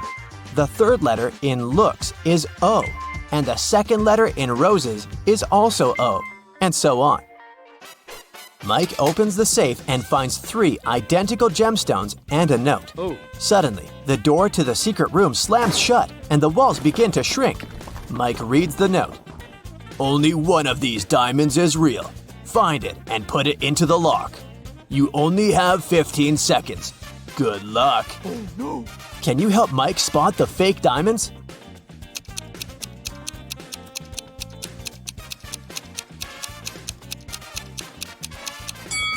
Mike should drop all 3 stones into this glass of water on the table. If the diamond is real, it will drop to the bottom of the glass thanks to its high density. And if it's a fake, it will float on the surface. Mike succeeds and unlocks the door, leading to a secret hallway. He walks through the hallway and sees 4 doors and a beautiful statue in the middle of the space. The statue sings, "We came out at night without being called. We disappeared by morning without being stolen. Who are we?" Can you guess which door Mike should enter?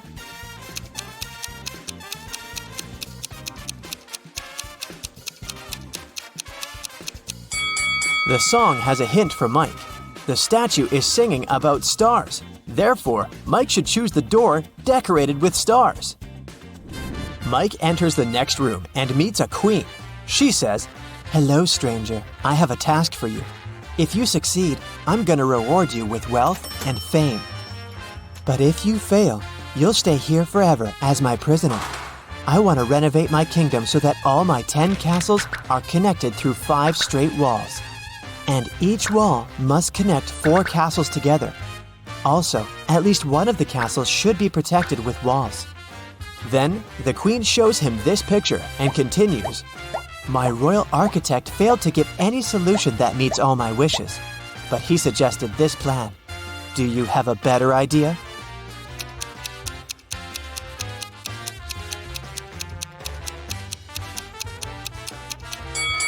Mike should offer this solution to please the queen. Now 2 castles are protected with walls. The queen kept her word and made Mike very rich. Also, she threw a feast in his honor. Unfortunately, not all royal servants are glad to see their queen with a new favorite. Take a look at these 3 people. Can you spot Mike's hater?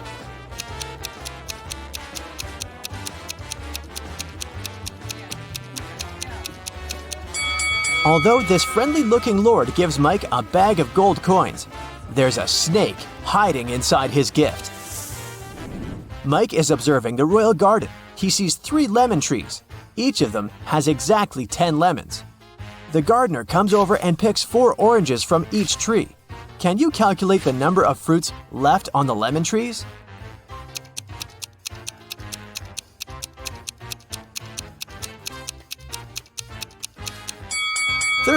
Oranges don't grow on lemon trees. The queen tells Mike an amazing story. I'm fond of dragon racing. On Sunday, I rode to see a race in a cozy village outside of my kingdom. 5 days later, on Monday, I went home. Can you explain this, considering that she doesn't have a time machine?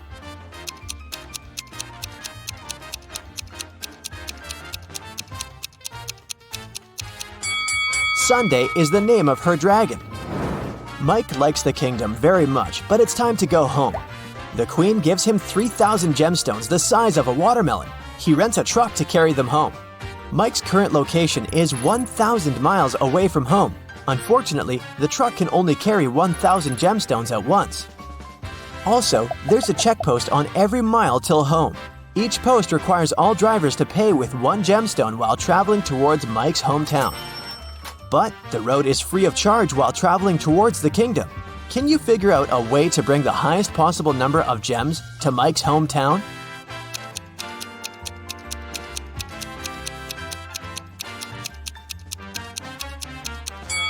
Mike should make 3 trips of 1,000 gemstones each till mile 333.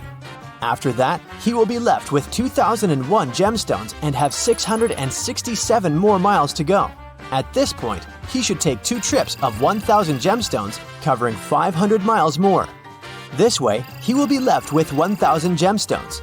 After riding the remaining 167 miles, Mike will be left with 833 gems. And he'll still be rich and fabulous. Here's Hudson. He's a college teacher. It's the last day of the semester, so he has a bunch of paperwork in his office. Suddenly, someone turns off the electricity in the entire building. Hudson goes to the basement with generators. There he sees a turned-off switch and 3 people standing next to it. They all say they didn't touch anything, but one of them is lying. The janitor says, "The lights went out when I came here to clean up." Rebecca says, "I'm a new student. I got lost in the corridors and accidentally got here." And Nick says, "I'm a last-year graduate. I came here to find a toy owl, a souvenir I had hidden here many years ago." Who's lying?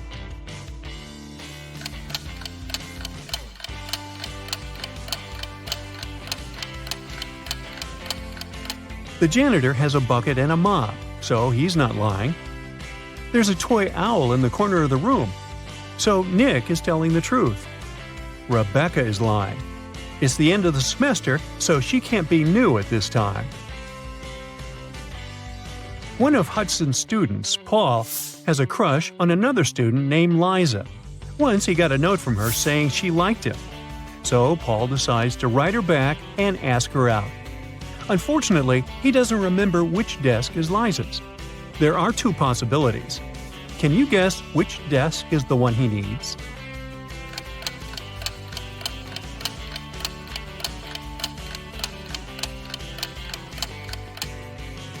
If you remember, the note was written in green ink. There's a similar green pen lying on the desk on the right. So this is most likely Liza's desk. After classes, Hudson is leaving the building and faces a group of his students. They ask him to take their picture. Can you spot an odd detail in the resulting shot?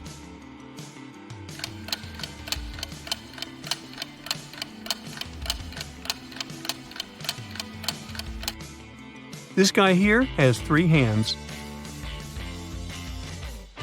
Liza and Paul are having fun outside during their winter break. Liza is learning how to skate on the lake, and Paul is skiing in the forest. Who's not smart?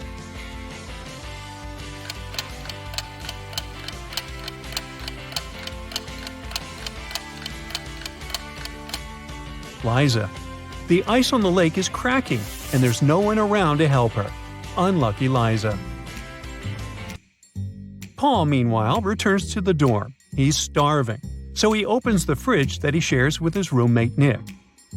Right away, Paul begins to yell at his roommate. "Nick, you stole my food again!" Nick replies, "You're a liar. I didn't." Paul says, "Well, I have proof. I took a picture of our fridge before leaving." Can you tell who's lying by just looking at these two images?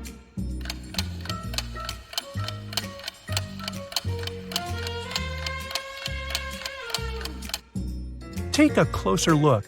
The shelves are signed. These two shelves are Nick's, and the other two Paul's.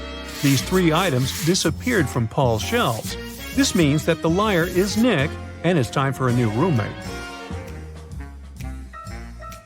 Meanwhile, Liza and Paul are having a date tonight. Apparently, the lady on the lake survived the cracking ice.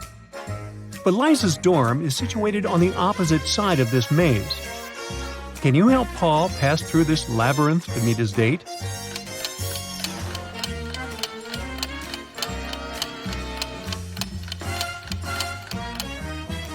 Here is the only way out. The college dean, Nina, hires a handyman to transform the area around the campus. That's what she says. Your task is to put 7 benches. I will triple your paycheck if you find a way to put exactly 6 rows of benches in a straight line. Also, each row should have 3 benches in particular. Can you help the handyman accomplish this task?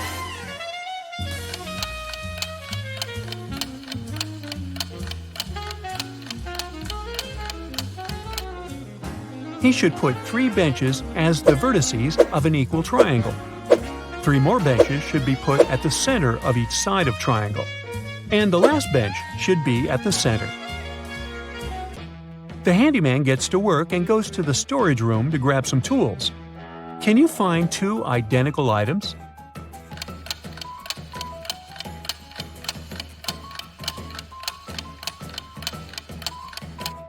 Hey, here they are. The handyman is bored, so he starts a quiz game. He keeps asking the same question to every student he meets, but each time the answer is different. Can you guess the question?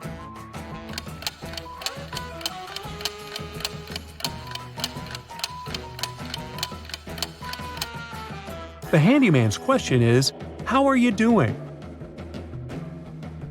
Hudson's teenage daughter, Jill, failed a test. So he makes her stay at home and study instead of going to a friend's birthday party. Meanwhile, Nina's teenage daughter, Jules, got sick. So she spends the entire day in her bedroom instead of going to the movies. Both daughters come down to dinner at 7 o'clock. Which parent was deceived?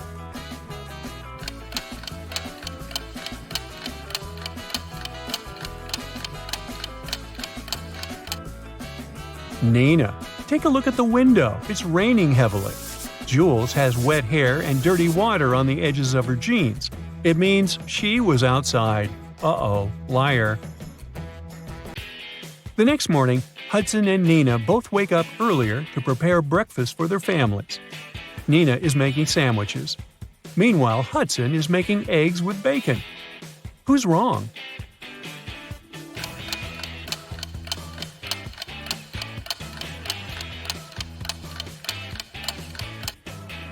Hudson. Oops, he forgot to turn on the stove. Hudson is walking to work through his favorite park and sees this scene. Can you spot what's wrong in this picture?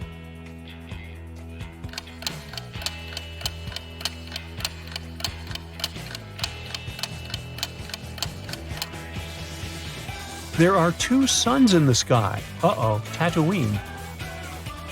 Hudson arrives at his class and starts with a witty riddle. Can you tell me which part of London exists in France as well?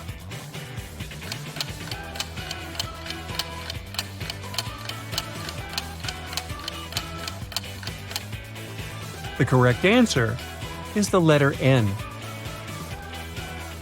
A huge drama is taking place in a diner next to the college campus. The owner of this place screams, "Where's my money? It's 30 minutes till the end of the working day." But there's no money in the cash register. 3 employees have been working today, but they swear that they haven't touched the money. They say there have been no customers today. The boss doesn't believe them. He studies the employees, trying to spot the thief. Liza is wearing a pair of stylish sunglasses and brandy clothes. Mike is also wearing some costly designer clothes and an expensive phone. Robin is wearing a regular dress and fake jewelry. Who took the money?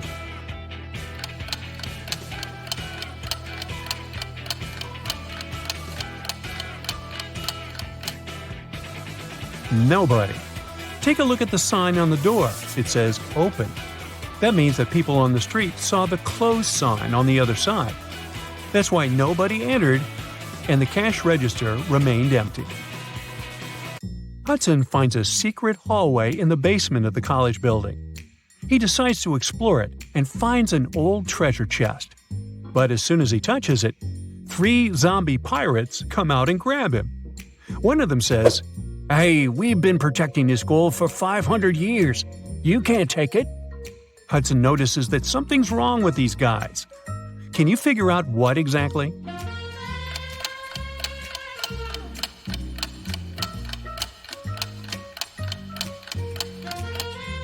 Well, they seem fake. This zombie is wearing sneakers. The second one has a phone in his pocket.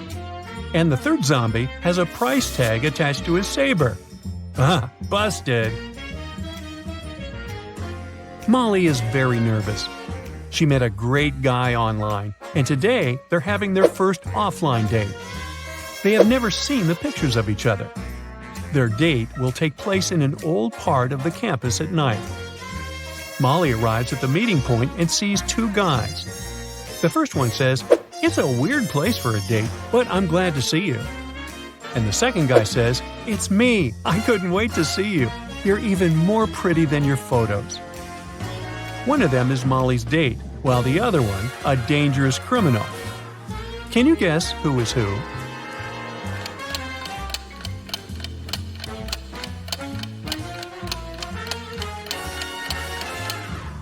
It's the second guy who is dangerous. He mentioned photos, but Molly didn't send her online crush any pictures of herself. Therefore, the first guy is her date. Molly and her date want to go to a local nightclub, but the guard can't let them in without a password. He gives the guys a hint. "The more places I go, the less you can see. Who am I?"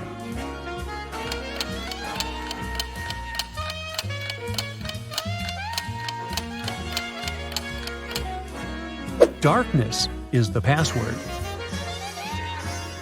It's a beautiful weekend day. Nina is working in her garden. Suddenly, someone attacks her from behind and she faints. Later that day, she gets better and talks to the police. Nina suspects one of her neighbors. Some of them don't really like her. Officers question 3 suspects. Bill says, "I've been planting trees with my daughter all day long." Sabrina says, "I was just peacefully watering my gorgeous flowers and continue to do so." Luke says, "I rarely leave my house, so I don't even know this woman." Who's suspicious?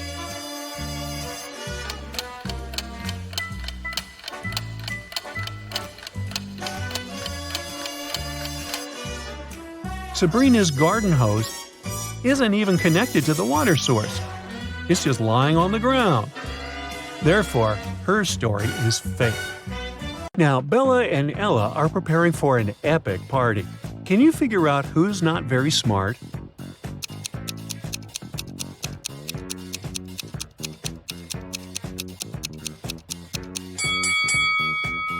Even though Bella looks as if she's about to touch a hot iron, the device is actually unplugged, so she probably won't burn herself.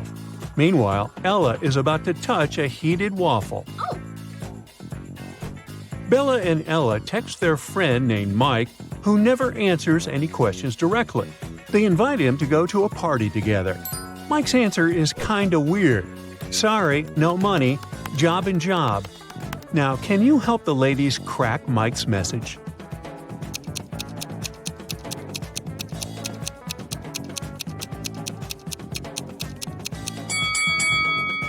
Mike said he had no money because he was in between jobs.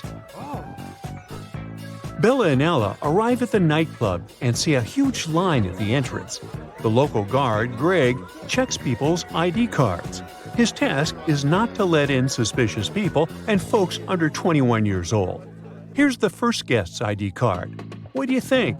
Can you help Greg decide if he can let this visitor in?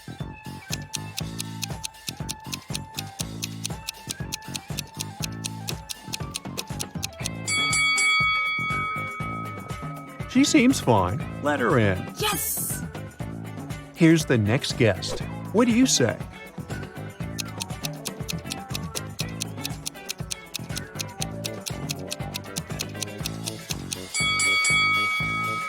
June 31 doesn't exist. There are only 30 days in June, so no entry, buddy. Oh, no.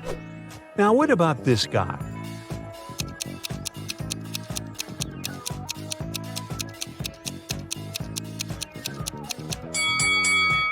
Something's wrong with his birth date as well. There was no February 29 in 1977. That wasn't a leap year. And what about this lady's ID?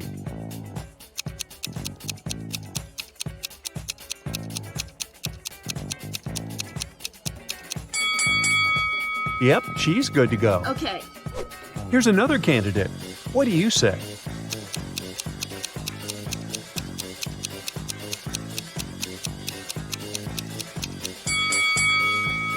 Well, he's 22, so he seems fine.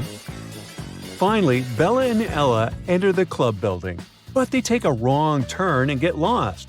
Finally, they enter an old-fashioned two-story hallway with a beautiful fountain in the middle of the room. That's when Bella and Ella realize that they are not alone. There are many ghosts here. Can you figure out the exact number?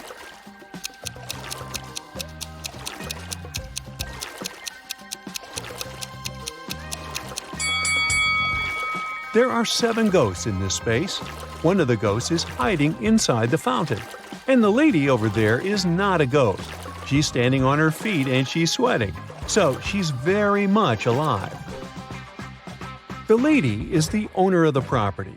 She says, "To get out of this place, you have to crack the following puzzle. Can you help Bella and Ella figure out what number is hiding under the question mark?"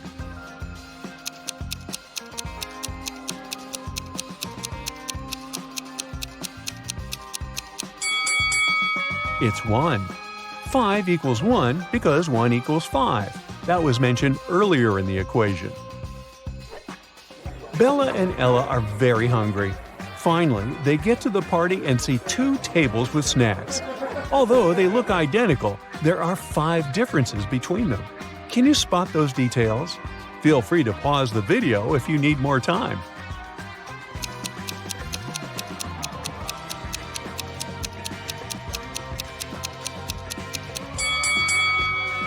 Here they are.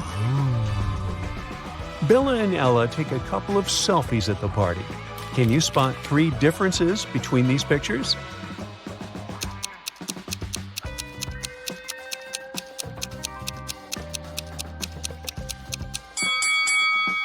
Ah, 1, 2, and 3.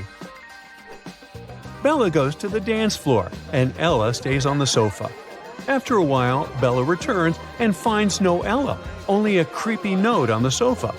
"We have imprisoned your friend in the middle of this labyrinth. Go save her before it's too late." Bella approaches the labyrinth entrance. She's worried that once she walks in, she won't be able to find her way out. Oh my god. How can she escape the labyrinth without getting lost and wasting too much time?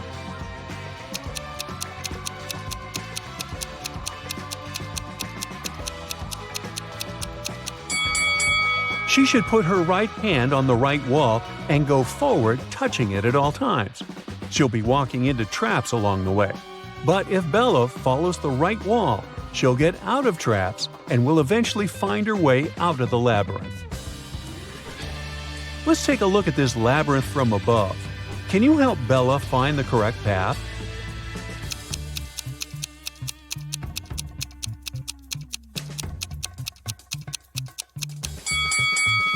Here's the only route leading to the final destination. Bella manages to find Ella in the center of the maze.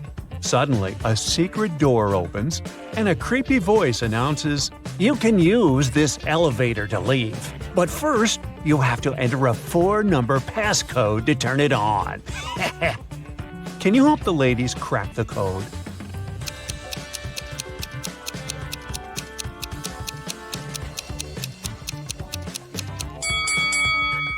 Take a look at the 4 symbols on the elevator. It's a hint. Each image implies a number. The word crown consists of 5 words, so it implies 5. Necklace implies 8, ring 4, and diamond 7. And the code is 5847. Oh. Bella and Ella want to return to the party, but they face a guard who says, "You'll have to crack my riddle if you want to come in." What is that thing that you have to break before you can use it? The ladies crack this mystery right away. What about you?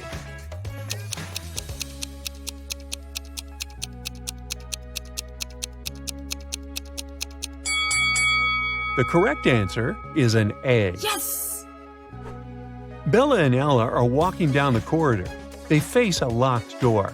There are 5 buttons on the door, but only one of them will let Bella and Ella pass. If they choose the wrong one, the door will get blocked forever. Can you help them choose the correct button?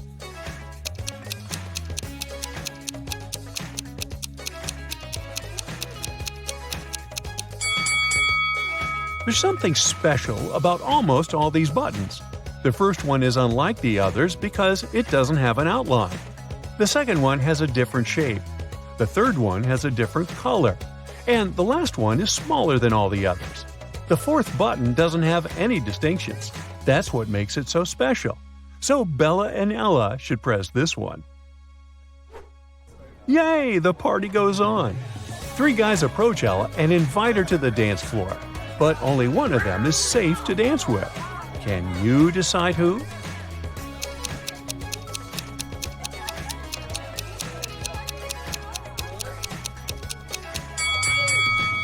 The first guy has too many spikes on his clothes. He might accidentally scratch Ella.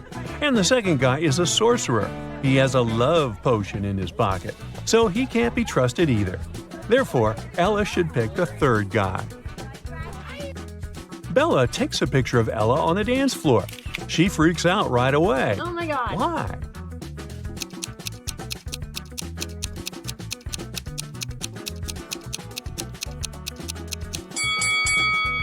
There's a skeleton among the dancing people.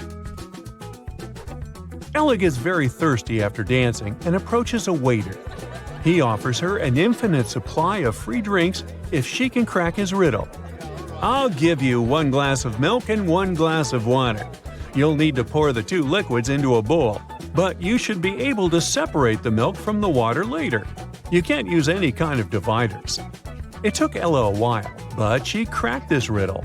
What did she do?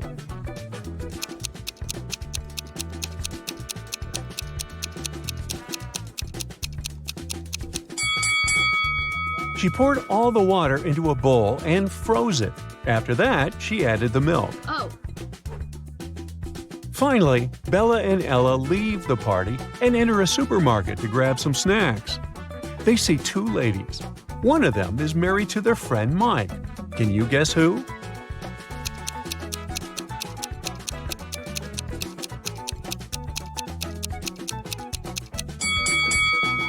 It's the lady on the left.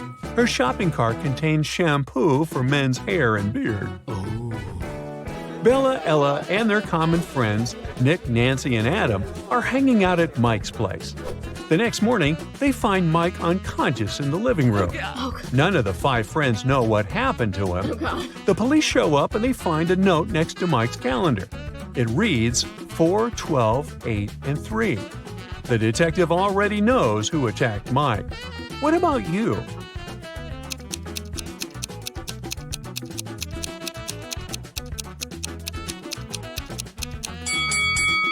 It was Adam. The note was next to a calendar. 4 implies April, 12 implies December, 8 August, and 3 March.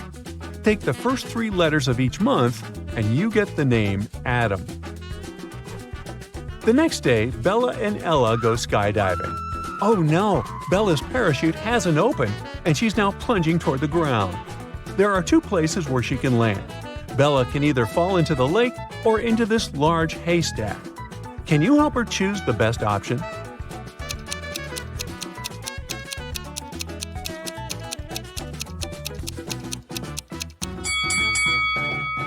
Bella should try to fall on the hay. Can you see those creepy crocodiles hiding near the lake? Bella manages to land safely. She meets Ella and they go camping. Unfortunately, Ella gets bitten by a snake, and Bella is trying to suck the venom out of her leg. Mike is also on the trip.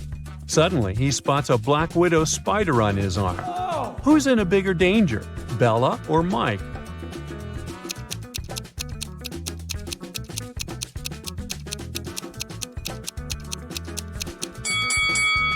Bella. If she has any scratches in her mouth, the venom will get inside her bloodstream. As for Mike, black widows rarely bite people, and the bites are rarely fatal. Regina and Claire went to a shopping mall on the weekend to buy some clothes. Regina saw an escalator going down with a big banner that said "Huge Sale! Everything 99% off!" Of course, they hurried there. Who wouldn't? But as soon as they headed there, everything faded out. The mall and the part of the escalator behind them vanished. It got all dark, and they had no other option but to go where the escalator would take them. They arrived at a place where they couldn't see anything. Regina yelled for help. Suddenly, 3 signs appeared in front of them. The first one said, "This leads to a sea filled with flesh-eating mutant sharks." The second went, "This leads to a forest with brain-sucking zombie mosquitoes." And the third one said, "This leads to a cave covered with sharp rocks and bats with giant claws." Which one should they choose?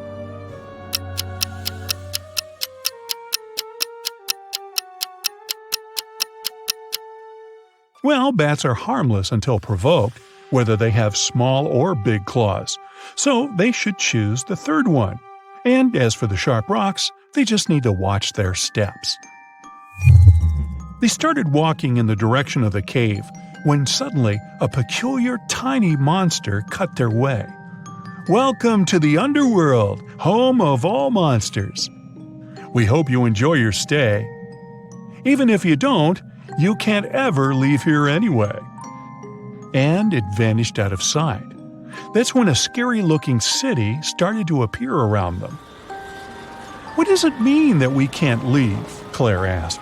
"There must be someone who can help us," Regina replied. "Psst, over here," a creepy monster said from the corner of the street. "Crack my riddle and I'll tell you who can help you. What goes around the house and into the house without ever touching the house?"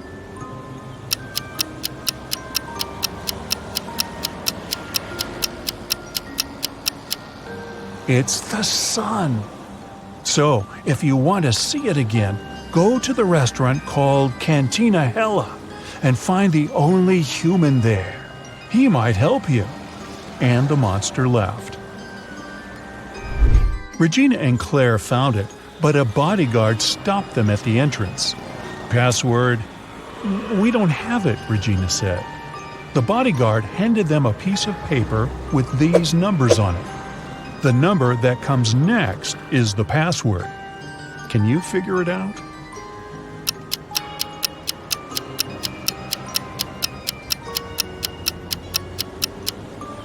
Every next number is made by moving the first digit of the previous one to the end. So the password is 1793. Regina and Claire walked in.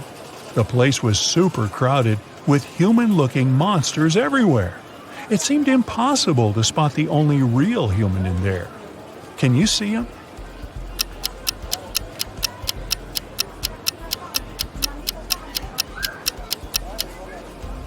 Well, the others may look human, but if you take a closer look, you can see their tails, fangs, horns, and all that. But this guy here doesn't have any of that, so he must be who they're looking for. Regina and Claire approached the man. His name was Eddie. They told him all about what they'd been through. He said, "I know how you can get back. I do travel to Earth and back here all the time. I'll help you. Meet me here in an hour." Then he gave them his card and left. On it, there was strange writing. Can you decipher it?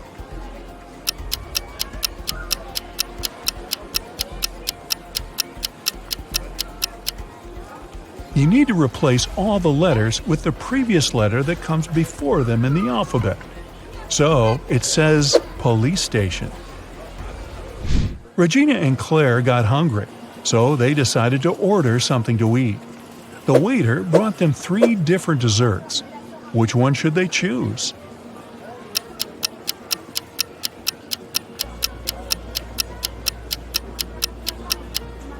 Did you notice that the eyes on the first one are actually blinking? I wouldn't eat that. And the teeth inside the second one are real. Well, that's creepy. But the worms inside the third one are just gummy worms. And what looks like dirt is actually chocolate crumble. So they should definitely eat this one. After eating, they headed to the police station to find Eddie. When they arrived, they saw Eddie was really panicked. "I'm a monster hunter, like a detective of the underworld, and I caught this extremely dangerous monster called Winona. But she escaped from her prison cell. I don't know how." But Claire immediately figured out how she escaped. Can you?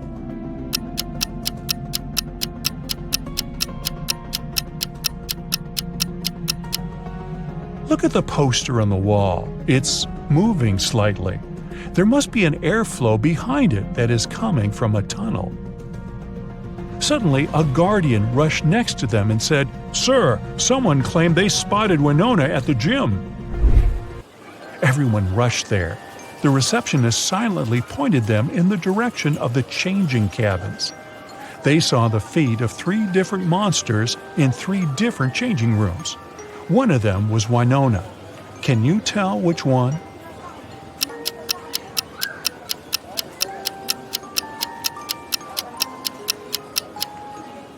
Do you remember what the other prisoners were all wearing? The monster in the third cabin is wearing the same thing, so she must be Winona. Eddie kicked the door of the third cabin, and there she was.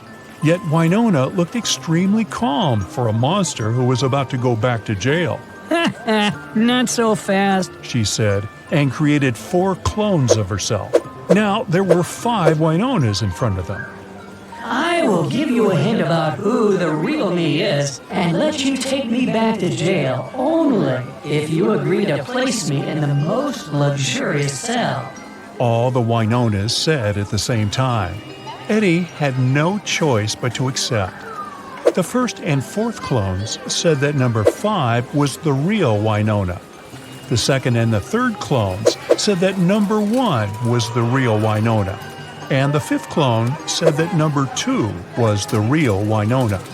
Only one of these statements was true, and the other 4 were lies. So, can you tell which clone is actually the real one?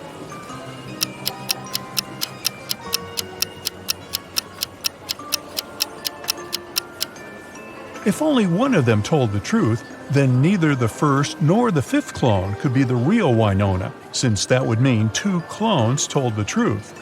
Nor could the real Winona be the third or the fourth clone, since that would mean no one told the truth. So the only way one of them told the truth is if the second clone is the real Winona. After Eddie placed Winona in her new luxury cell, it was time to help Regina and Claire get back home. He took them to a place called the Hound Tattoo Studio and explained that the only way they could go back home was to get a key-shaped tattoo, which would open a portal to Earth. The tattoo artist showed them his key symbols catalog and said each different key shape opened a portal to another land, and they needed to pick the one that would open a portal to Earth, because if they can't, nobody knows where they travel. Can you help them?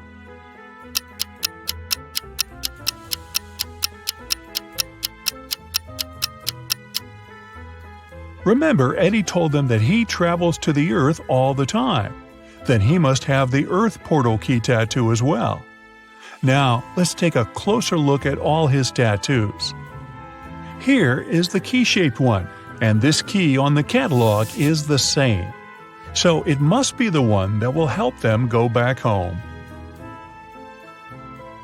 After their tattoos were complete, Eddie activated their magic to send them home.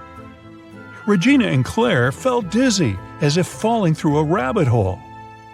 Then, suddenly, they woke up in their bedrooms at home. Wait, none of that was real? How do you think they can tell if this was all a dream or not?